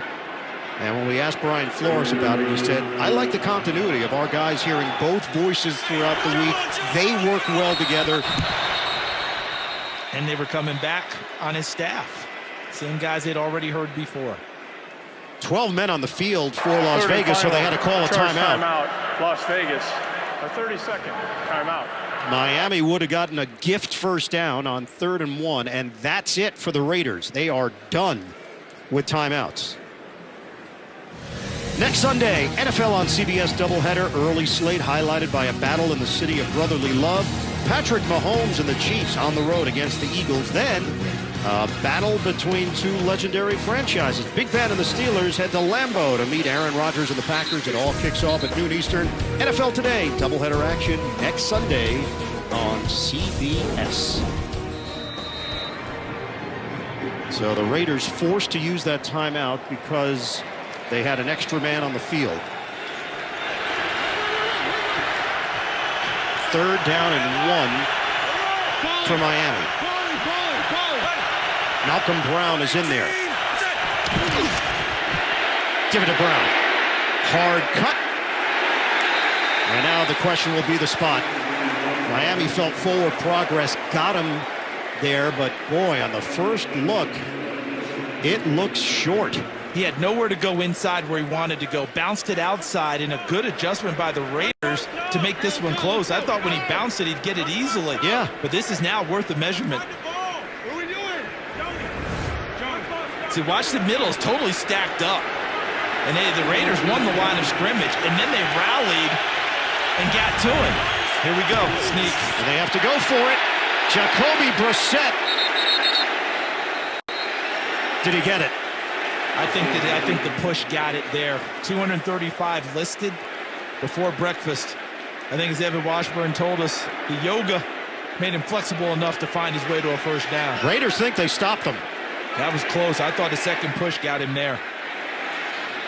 Miami is pointing first down, and now it's up to the officials to determine it. First push, no. Yeah, it never moves, that line of scrimmage. I thought he was able to burrow his way in there. And that's going to be some spot, isn't it? That far official came running over right along the plane of where Miami needed to get to. They extend it. Oh my. Las Vegas takes over. A 4th down stop on a quarterback sneak, and the Raiders with the lead and the football, 4:29 left. Back-to-back big-time plays, nowhere to go in the interior. The guys in black win the line of scrimmage. Compliment.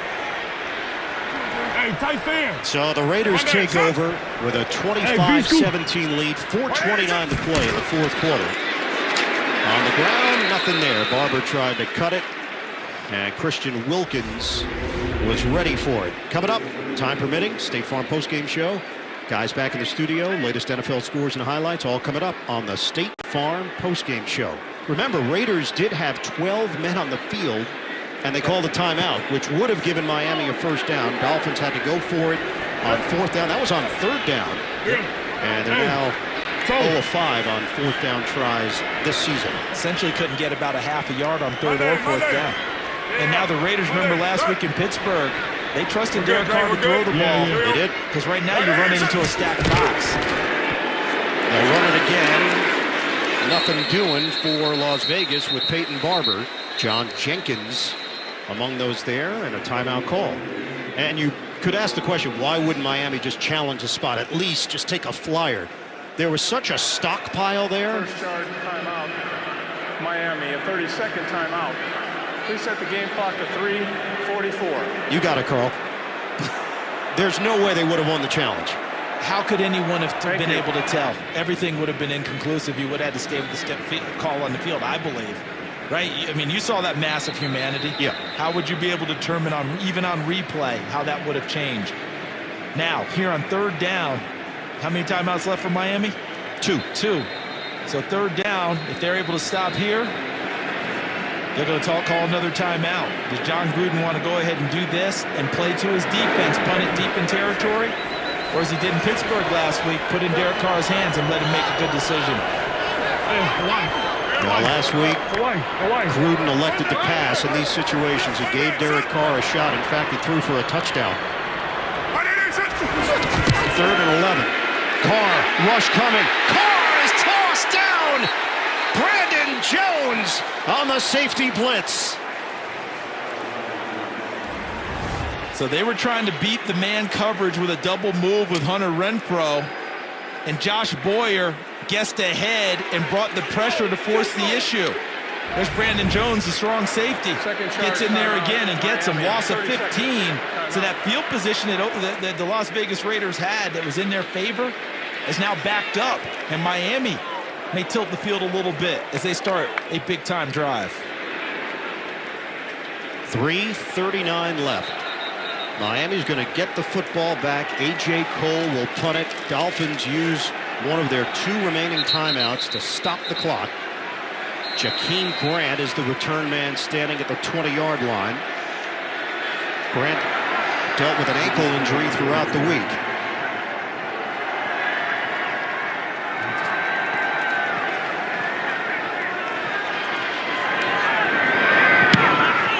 Just a little bit of a rush. Cole hangs this one deep. Caught inside the 10 by Grant. Makes his move. Trying to get all the way to the outside with a circle. Grant does have big-time speed, but the Raiders are all over it. And he's ridden out of bounds by Moreau. 69-yard punt and a 12-yard return with 3:22 to play in regulation. That was tremendous coverage because he almost got to the edge as you described, and if he does with that speed, it's a big return for the Miami Dolphins. State Farm postgame show coming up, time permitting. Back in the studio for scores and highlights on the State Farm postgame show. So Jacoby Brissett getting his first start as a Dolphin for the injured Tua Tagovailoa.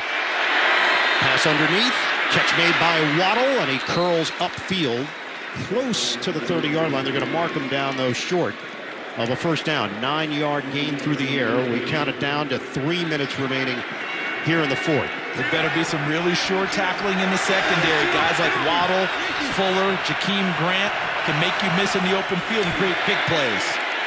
Brissett fires it and has the connection with Gesicki. First down, Miami. 6-yard pickup. 2:42 and counting left in the fourth. 8-point lead for Las Vegas. Brissett from the gun. Out of the pocket, throws on the move, and feeds Gesicki once again. Out of bounds with 2.5 to go. It's a good job by Gesicki, understanding his quarterback was in trouble and working his way into his sight line in an open space for a place for Brissett to dump the football. We asked Gesicki about Brissett. He said he's experienced. You can feel his leadership this week, just how he carries himself, how he interacts with his teammates. Can he rally the Dolphins here in the fourth? Raiders 25, Miami 17, 2.5 to go. 2nd and 3. Brissett has time.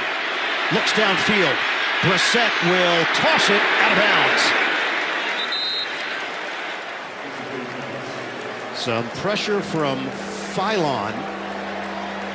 And it's 3rd and 3. Got to give the gold star there to the secondary of the Raiders, because the pass protection was good by the Miami Dolphins. They brought over Malcolm Brown to help Leon Eichenberg, the right tackle, with Max Crosby to create extra time, but there was no one available. Plenty of time to throw that football. Nickel package here for the Raiders. 3rd and 3 for Miami at the 40. Brissett tosses, didn't have enough on it as he tries to hit Gaskin in the flat, and it's 4th and 3 for the Dolphins. Oh, and I think that was a golden missed opportunity and a big-time pick by Devontae Parker. Not called there because your receiver's supposed to run through the route, not step up and establish and bump off a defender. Parker gets away with it. They create the screen, and if Gaskins catches that one on the move, he might still be running. 4th down and 3. A Miami team that has been unable to generate consistent offense this season. Flags down, Raiders pointing to the Miami side. Full start. Number 73, offense. 5-yard penalty, 4th down. And it's Austin Jackson for an offensive line that has actually had a solid enough day. Right there was it. It wasn't up here where they were pointing. Eichenberg, he wasn't even established in his stance yet. It was Jackson who was established and then jumped back to bring up this long 4th down. Yep. It's 4th and 8. 2:18 to go.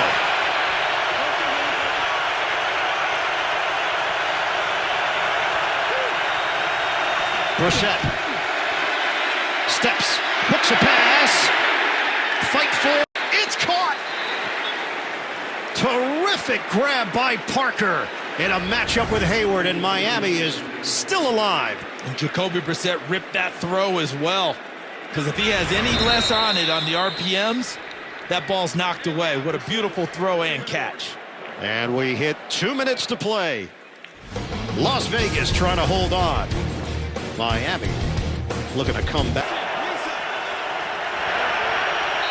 Miami Dolphins on the road here at Allegiant Stadium. They trail 25-17. We have 2 minutes to play. A 1st down for Miami.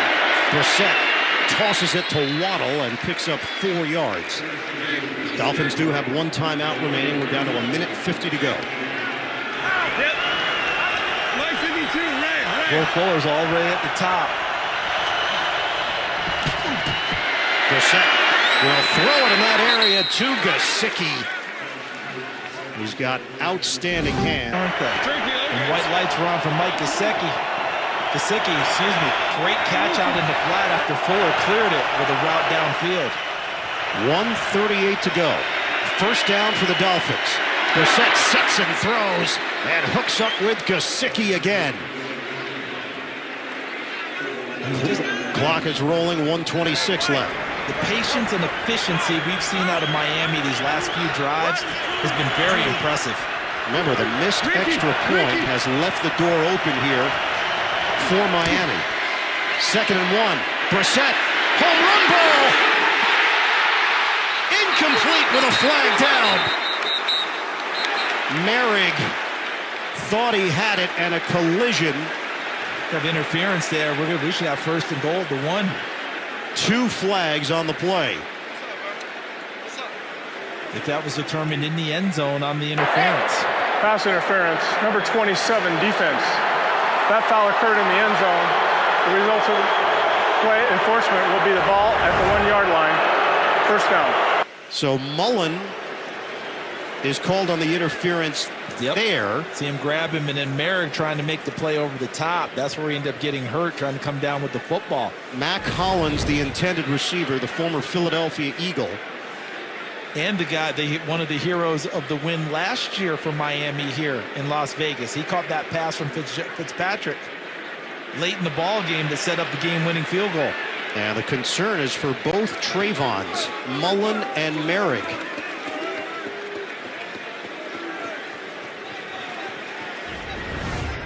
Huge penalty, 26 yards. Correctly officiated. Mullen was all over him going into the end zone. And that flag had to come out. And well done there by Matt Edwards, the back judge. Las Vegas is charged with a 4th excess timeout due to the injury. So Merrick is walking off on his own, but Mullen is still on one knee. This is a Raiders team that has been hit hard by injuries through the first 3 weeks. And the ball is going to be spotted at the 1. So the backups, if you go with both defensive backs, although I don't know if you do in this situation, Damon Arnett and Amik Robertson, I think, will get first call out on the corners. That might be a bigger situation if those two can't come back, Ian, if indeed Miami scores as a 2-point conversion play. So it is Arnett who goes out there for Las Vegas. This is a 1st and goal for Miami. Raiders had a chance to put this game away. A couple of first downs would have forced Miami into a corner with probably too little time to come back.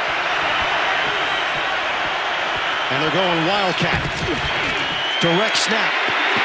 Swallowed up, Malcolm Brown. The Dolphins get cute. The Raiders are ready for it. A loss of 1, sniffed out by Hankins. Good poise by this Raiders defense. Didn't get flustered by it at all. But Brissett split out wide and the motion in the backfield. I watched them practice Friday, and they were prepared for it. There was a nice dose of Wildcat plays in their practice session. This is where they needed Ronnie Brown. Instead, it's Malcolm Brown. They'll try it again. Brown hit hard. He got stamped at the 1 by Perriman. It'll be 3rd and goal for Miami. 29 seconds left.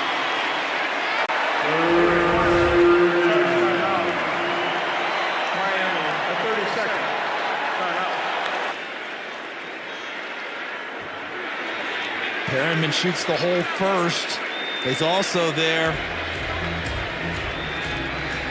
Looked like 37, Tyree Gillespie, the rookie safety out of Missouri, coming in, and that's what he's known for, his ability to tackle in the center field range, and he comes up just like a linebacker and helps lower the boom as well. You know, it's interesting. You think back to last year, Indianapolis, in these situations, who did they often use?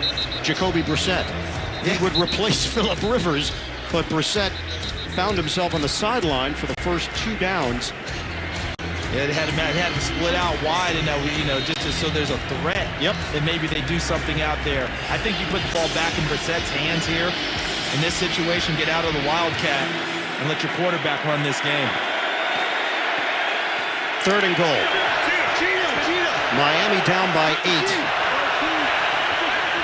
Gesicki could be an option here. And Parker's also a jump ball guy, number 11 in white. Fake it. Brissett trying to run. Spin. Denied. Clock is rolling. We're down to 22 seconds left. Perriman helped save the touchdown. It's 4th and goal for Miami. 15 seconds to play. One last gasp for the Dolphins. 8 seconds. Rush coming. Brissett steps up. Brissett, the fake, and he's in! Touchdown, Miami! What an effort, Jacoby Brissett. Wow!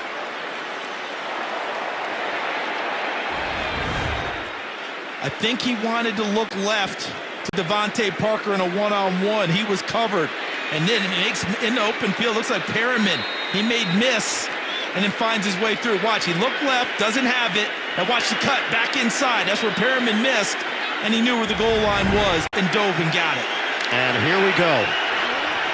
A 2-point try for the tie. 118. Brissett fake the handoff, throws it, complete. They've got it to Fuller. Remarkable come from behind effort. We are knotted up at 25 apiece.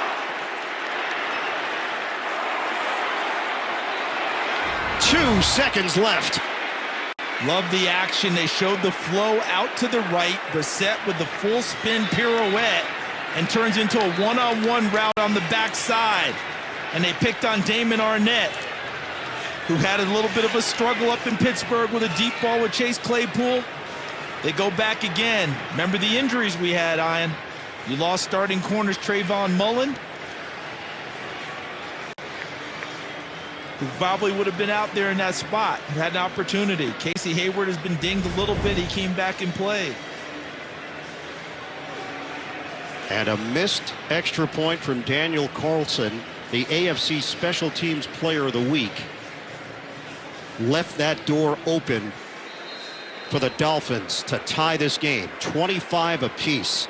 How about those drives by Miami late in the game with Jacoby Brissett? They struggled for much of it, found their way, and boy, did he lead them. Kick from Sanders. Touchback. 2 seconds to go. The Las Vegas Raiders were a play away from a 3-0 start for the first time since 2002. As the Raiders were building that momentum, this one just completely blindsided everybody. Carlson has been automatic. And all he's hoping now is that he has an opportunity to redeem himself and his team in overtime. And we have bonus football in Vegas. Overtime is next. Raiders, for the second time in 3 weeks, are playing an extra period.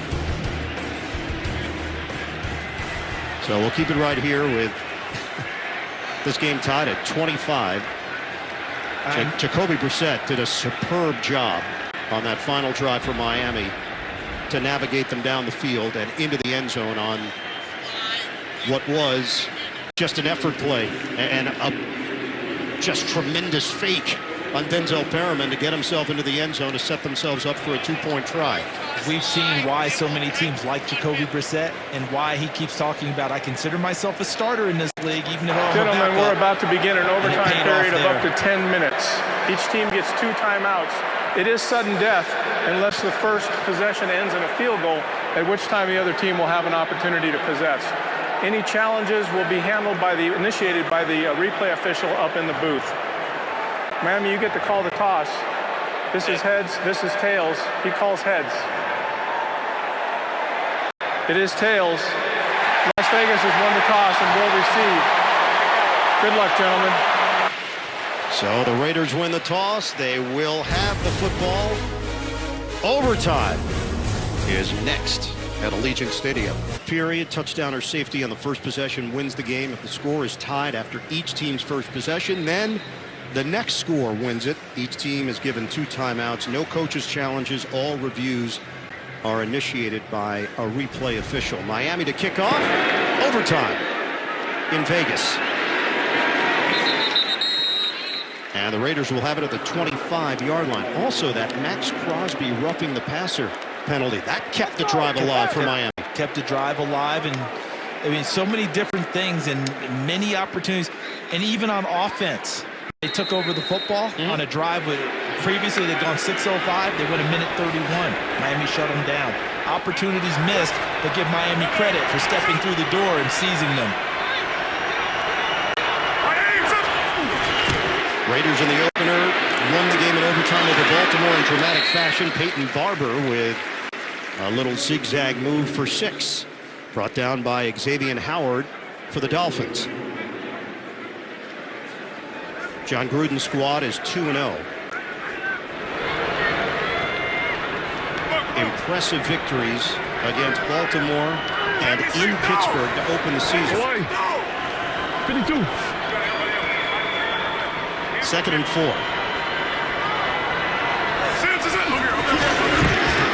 Carr tosses it.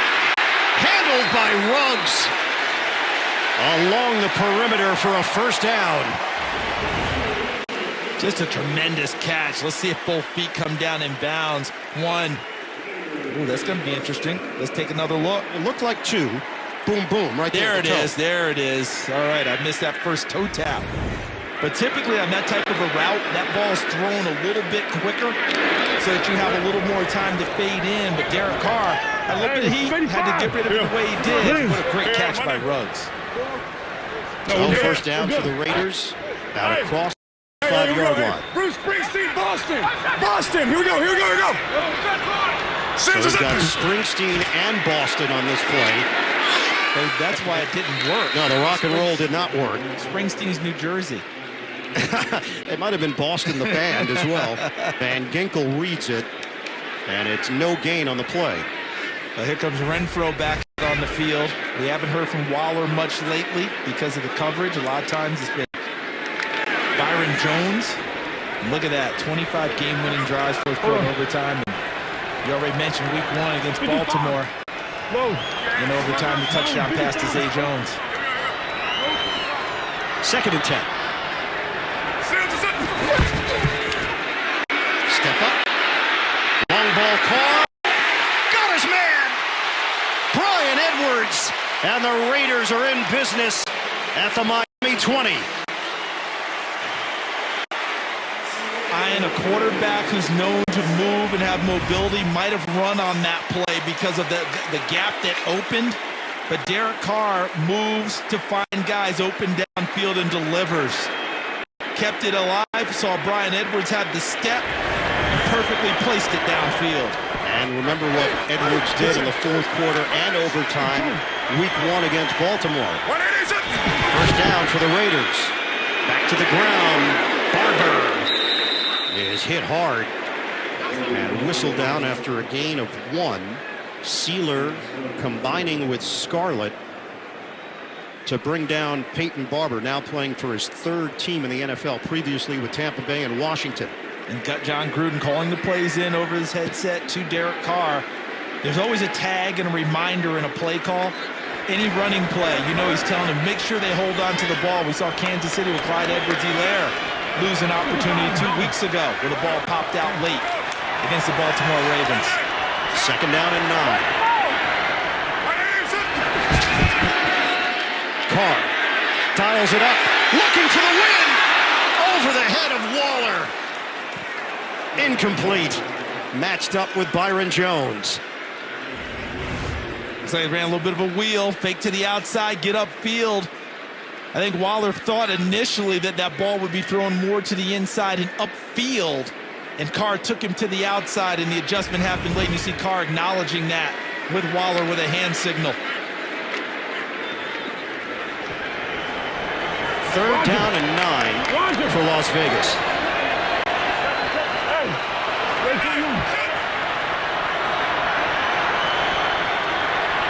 From the gun. Carr dials it up and tosses it out of bounds. Nearly hits a cheerleader in the process, and it's 4th down. Renfro was working on about 5 moves on that play, trying to shake free. Good defense by the Dolphins, forcing the field goal, which means Miami gets another opportunity no matter what. So the snapper will be Sieg. The punter, A.J. Cole, will hold it, and Daniel Carlson, who made a 50-yarder, will attempt one from 38 yards away.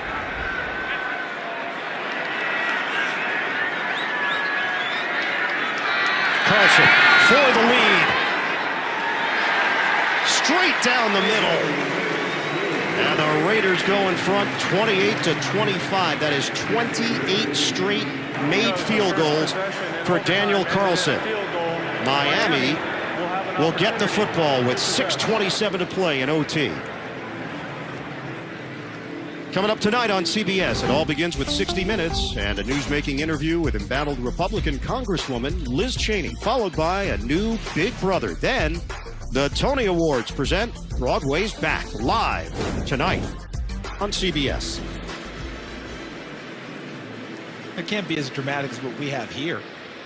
You know, I mean, this is the real stuff, real drama here. Now, this has been good theater. Oh, my goodness. Miami got off to a terrific start. They take a 14-0 lead. And then a safety uncorks things as the Dolphins made a poor decision throwing the football out of their own end zone, in the end zone. And they get blasted there, and that started Las Vegas on a run. I do think Las Vegas woke up on that one, you know? I really thought they started very slowly in this game. Well, we've seen miscues on both sides. Grant, the return man, is not going to get a chance to touch it. And Miami will have the football at the 25-yard line. Just to get you caught up, pick six. Carr, Landon Roberts, who was injured on this field last year, to take it back all the way. This is the safety that I just mentioned.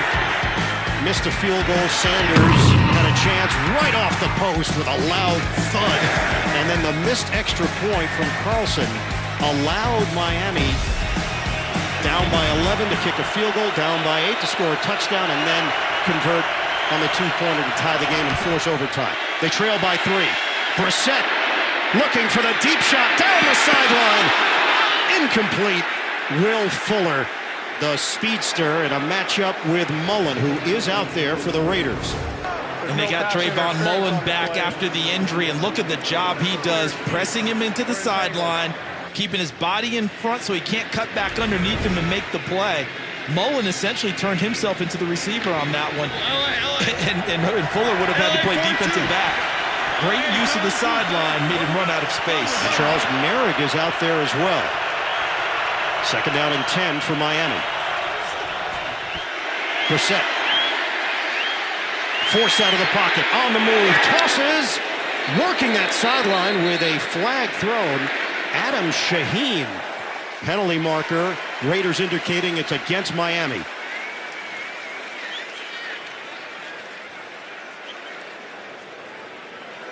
Carl Cheffers will give us the particulars.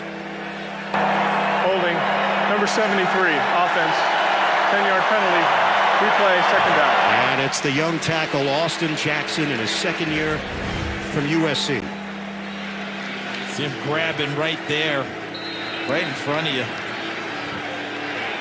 Ends up snatching up number 92, Solomon Thomas, who is playing better and better each week. He may not have the same numbers he had in Pittsburgh, Ian, but Solomon Thomas is showing up for the Las Vegas Raiders. That is 8 penalties against Miami. Second and 20. Brissett loses the football. He bounced it into the turf. And it's ruled incomplete. Max Crosby came through to put the hit on Jacoby Brissett. And this one on time by Max Crosby. Look at him being double teamed by Austin Jackson, 73, and Malcolm Brown, 34. He bull rushes through the two of them and puts his body on Brissett and forces the incompletion. Technique, skill, and all-out effort.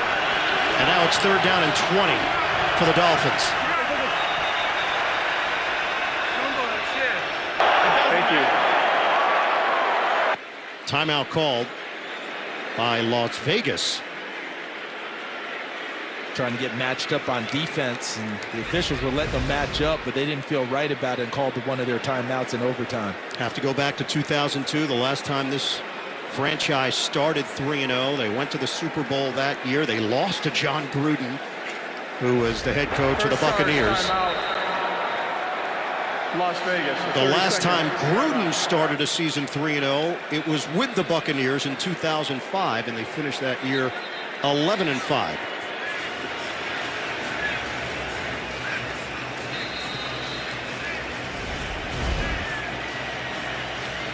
Now Denver has surprised everybody with a 3-0 start Kansas City has surprised everybody with a 1-2 start.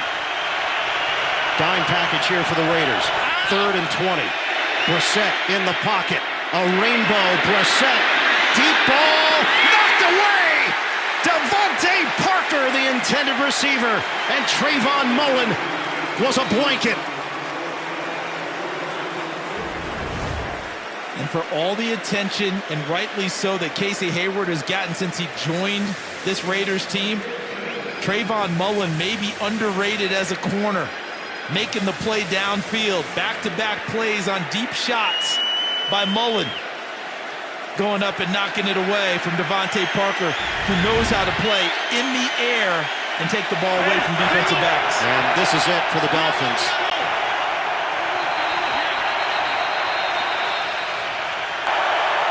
Timeout, Miami. A 30-second timeout. So Miami uses the timeout. Play clock was winding down. They need 20 yards to keep this drive alive. Obviously need a field goal to extend the game, or a touchdown to win it. And after that 3rd down breakup by Mullen, you know what I found most interesting? Derek Carr was deep down in the secondary on the field telling his guys to get back on defense and get refocused for the 4th down play. Coaching his team from the sidelines. Don't just celebrate that one. We've got a 4th down coming up. Devontae Parker is always a threat because of his body and his ability to go up and get it. Gesicki has worked well underneath, but now you've got to push those routes downfield because it's a 20-yard play. 4th down and 20 for Miami. Here's your ball game. Brissett steps up, avoids it, throws on the move. Brissett, oh, it's complete! Mike Gesicki with the hands. Down he goes after the play is over. 27 yards, and the Dolphins on life support are still in it. He never quit running on the route, and Jacoby Brissett never gave up in the pocket. Pressured early, able to escape, and on the run, throws a laser shot to Mike Gesicki for a big-time 1st down. 4 down. That is the longest play on offense of the day for the Dolphins with 5:20 to go in OT. 28-25 Las Vegas. 1st down for the Dolphins at the 42. Brissett, incomplete. He looked in the area of Gesicki. Hayward over there, and that would have been a game-ending interception if he secures it. We check in with Evan. Guys, key injury for the Raiders. Trayvon Merrick's dealing with an ankle injury, questionable to return. He hasn't been out there the last couple plays. So Merrick and Mullen, who both went down on the same exact play, with the Dolphins going for a touchdown in regulation. Both came back, but Merrick now dealing with that ankle injury. And that's big because Merrick is much more of a center field type. His replacement, Tyree Gillespie, 37, more of a strong safety type. 2nd and 10. Underneath play, Jalen Waddle. And he picks up 3 yards, maybe 4, depending on the spot. So to play off of Evans' report, what the Raiders will do when they play their cover 3 now, I think Jonathan Abram will switch and take up Merrick's role as more of the free safety, and Gillespie, the rookie, moves up more and takes Abrams' role as a strong safety. And Abram has had his struggles in pass coverage. That's not a matchup that the Raiders would like downfield. Still need yardage to have a legitimate attempt at a field goal. 3rd and 7. Gaskin shifts to the backfield. They'll give it to him. Gaskin has some room. He's got a 1st down into Raiders territory. And hit from behind inside the 40 by Abram. A sneaky play, 15 yards. Don't know if that was called from the bench or if Jacoby Brissett got him into it, but it worked perfectly. Used the momentum of the Raiders trying to get to the quarterback against them. Went against the grain. What a pickup for the Miami Dolphins. Injured Raider on the play. It's the veteran Denzel Perriman manipulating that right foot.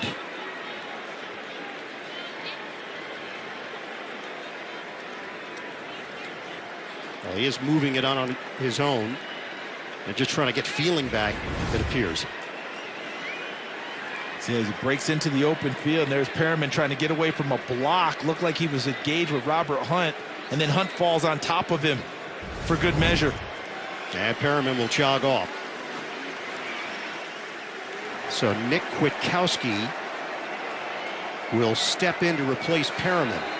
Meanwhile, the line of scrimmage is now the 40-yard line. And Merrick has come back into the ballgame. There's Kwiatkowski in at linebacker. But going off of our report from our colleague Evan Washburn, Trayvon Merrick has gotten retaped and is back out on the field at safety. We're going to hit the 4-minute mark in overtime. 28-25 Las Vegas. Fake the handoff. Looking for it all. Brissett delivers. Incomplete. Will Fuller, the intended target. And the Raiders hold up with Jonathan Abram. And that's got to be a play for Abram. And look, he might have gotten there a tad early, but that's a slow motion, so it'd be bang, bang. I think it was a good no call, but look at him grabbing right there at the end. The Dolphins might want to talk about it later, but that's why you take your shot there. Jonathan Abram is a thumping, strong safety.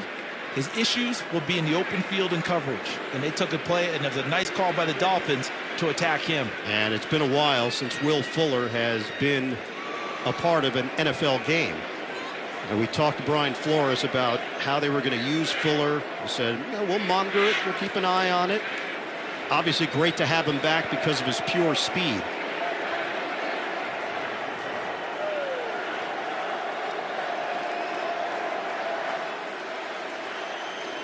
A catch there, and the Dolphins walk out of here with a win. Instead, they face a 2nd and 10 from the 40-yard line. Did love what they schemed up, though, Ian.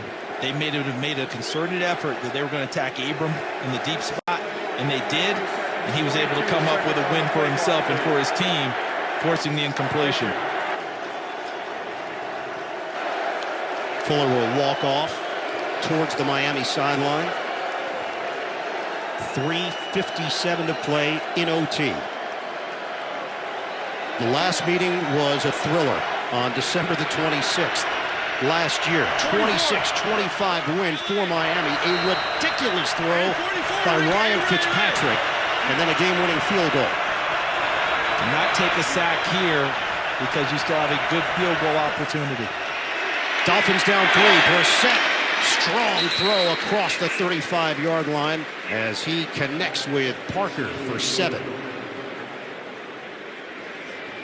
And once again, it's Mullen who is banged up. We've seen Mullen and Merrick dealing with injuries at the end of regulation and in this extra session.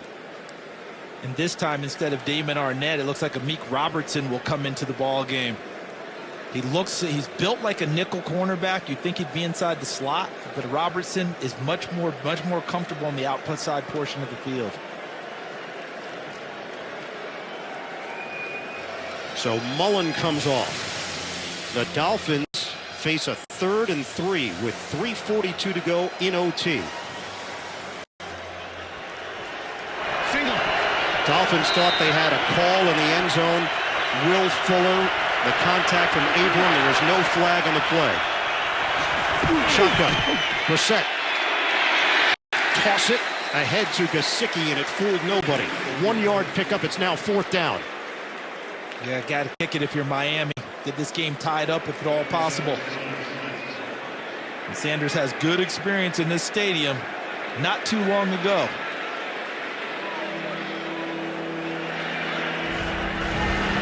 Jason Sanders, in his 4th year in the NFL, will attempt a 50-yarder. Ferguson to snap it. Polardi to hold. 50-yard attempt on its way. Tie game. 28-28. 2:49 to go in overtime.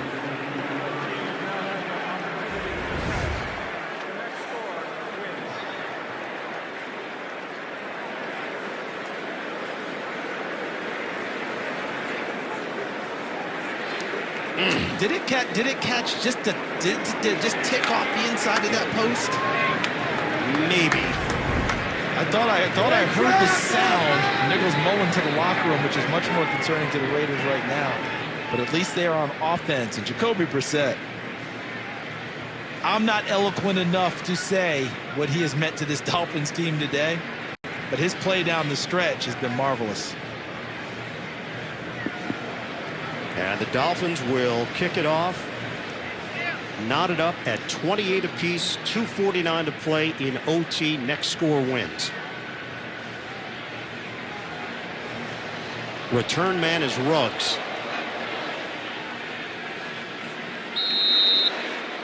Brissett now 215 yards through the air, 37 yards on the ground, and the touchdown that put the Dolphins in position for the two-point try to tie it at the end of regulation. Booming kick. Coming up to the 25-yard line. Well, we mentioned it.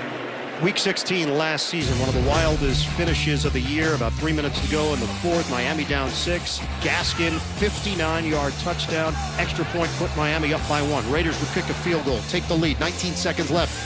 Next drive, Fitzpatrick, while being taken down by his face mask, completes the pass to Mac Hollins. Sanders the field goal to win it. 3 lead changes in the final 3 minutes of play.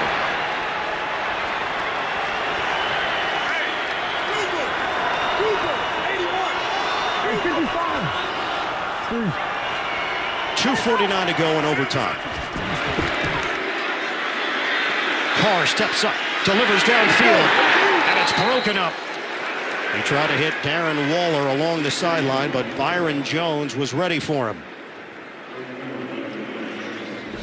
Coming up tonight on CBS, it all begins with 60 Minutes. Newsmaking interview with embattled Republican Congresswoman Liz Cheney, followed by a new Big Brother. Then the Tony Awards present Broadway's Back live tonight on CBS. Second down and 10 here for Las Vegas. Barber in the backfield. Carr working from the gun. Motion man is Ruggs, and flags fly. False start, number 74, offense. 5-yard penalty, second down. It's Colton Miller, the left tackle. 8 penalties against Las Vegas.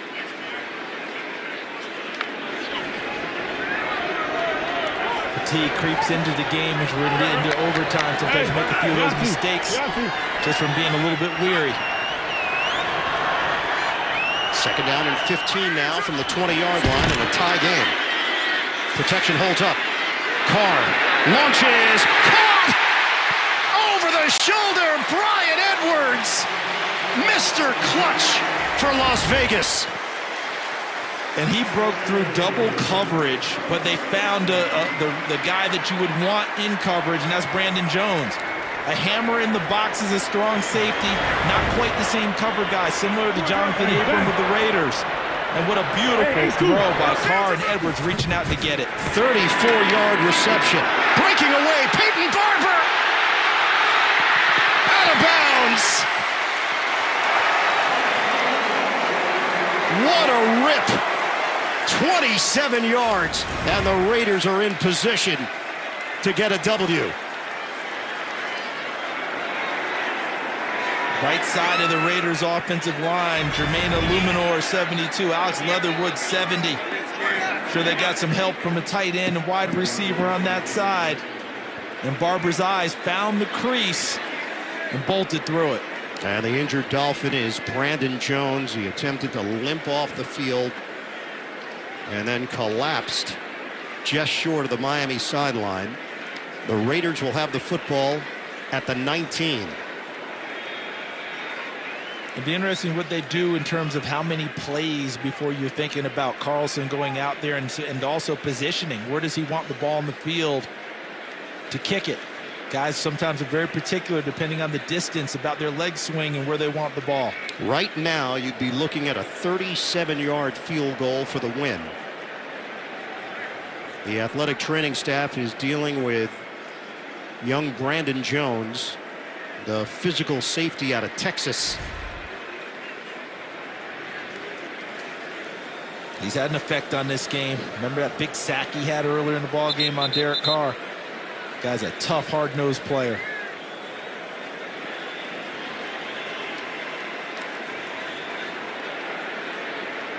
Jacoby Brissett put his team in this position. But right now, the Raiders are in the driver's seat. 2 big plays. Edwards, 34 yards. Barber, 27 yards. They are inside the Miami 20. On a handoff. Barber churning up yards. They tried to rip the ball free, but he secures it. Raiders offensive line celebrating. This is the 2-minute warning at 1:57. We hit the 2-minute warning in OT. The Raiders on the brink of a home win. Line of scrimmage is the 11-yard line for Las Vegas. Ingold in the backfield with Barber. Carr on a give. Barber brought down at the 10 by Christian Wilkins. Clock is moving. We're down to 1:44 and counting.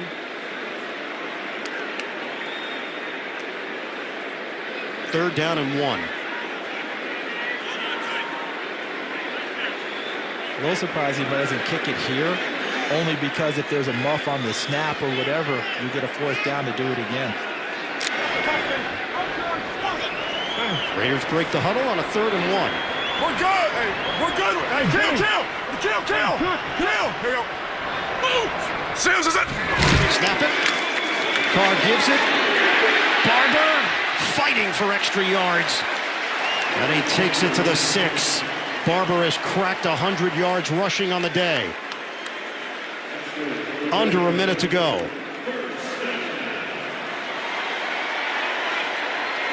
A new career high for Peyton Barber. 111 yards rushing and a touchdown. 1st and goal for Vegas.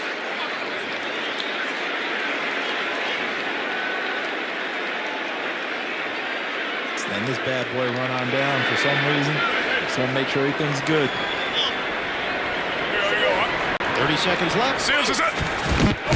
Carr takes the knee, and here we go. Daniel Carlson. He's made 23 straight at home, the longest active streak in the NFL. He's made 28 straight overall. And this one will be for the win. Just running it down. They took it all the way down just to make sure if something went wrong, Miami would have no time to respond.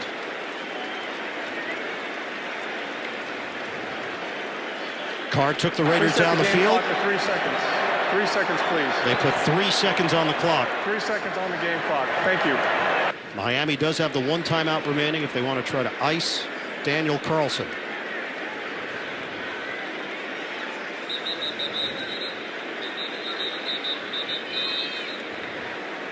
Short field goal attempt. Looking at a 25-yarder.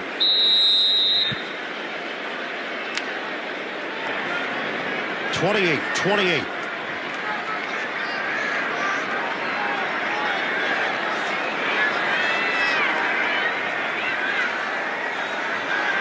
Carlson. A jump. Play is whistled dead. Justin Coleman came around the edge. Neutral zone infraction, number 27, defense. Half the distance to the goal. 1st down. Now, why not? You try it. Take a shot. And, you know, they didn't use that timeout that you mentioned, but boy, they just did. You know, it's kind of that false start. Maybe they iced him anyway. Well, you play mind games, too. Right. Will they? Won't they? Try to plant the seed and just throw off the kicker any way possible.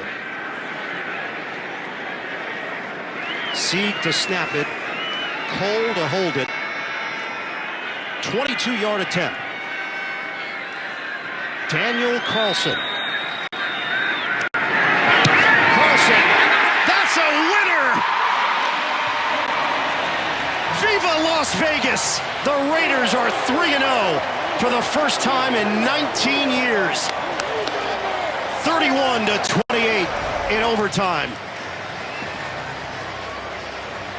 The Raiders defeat the Dolphins.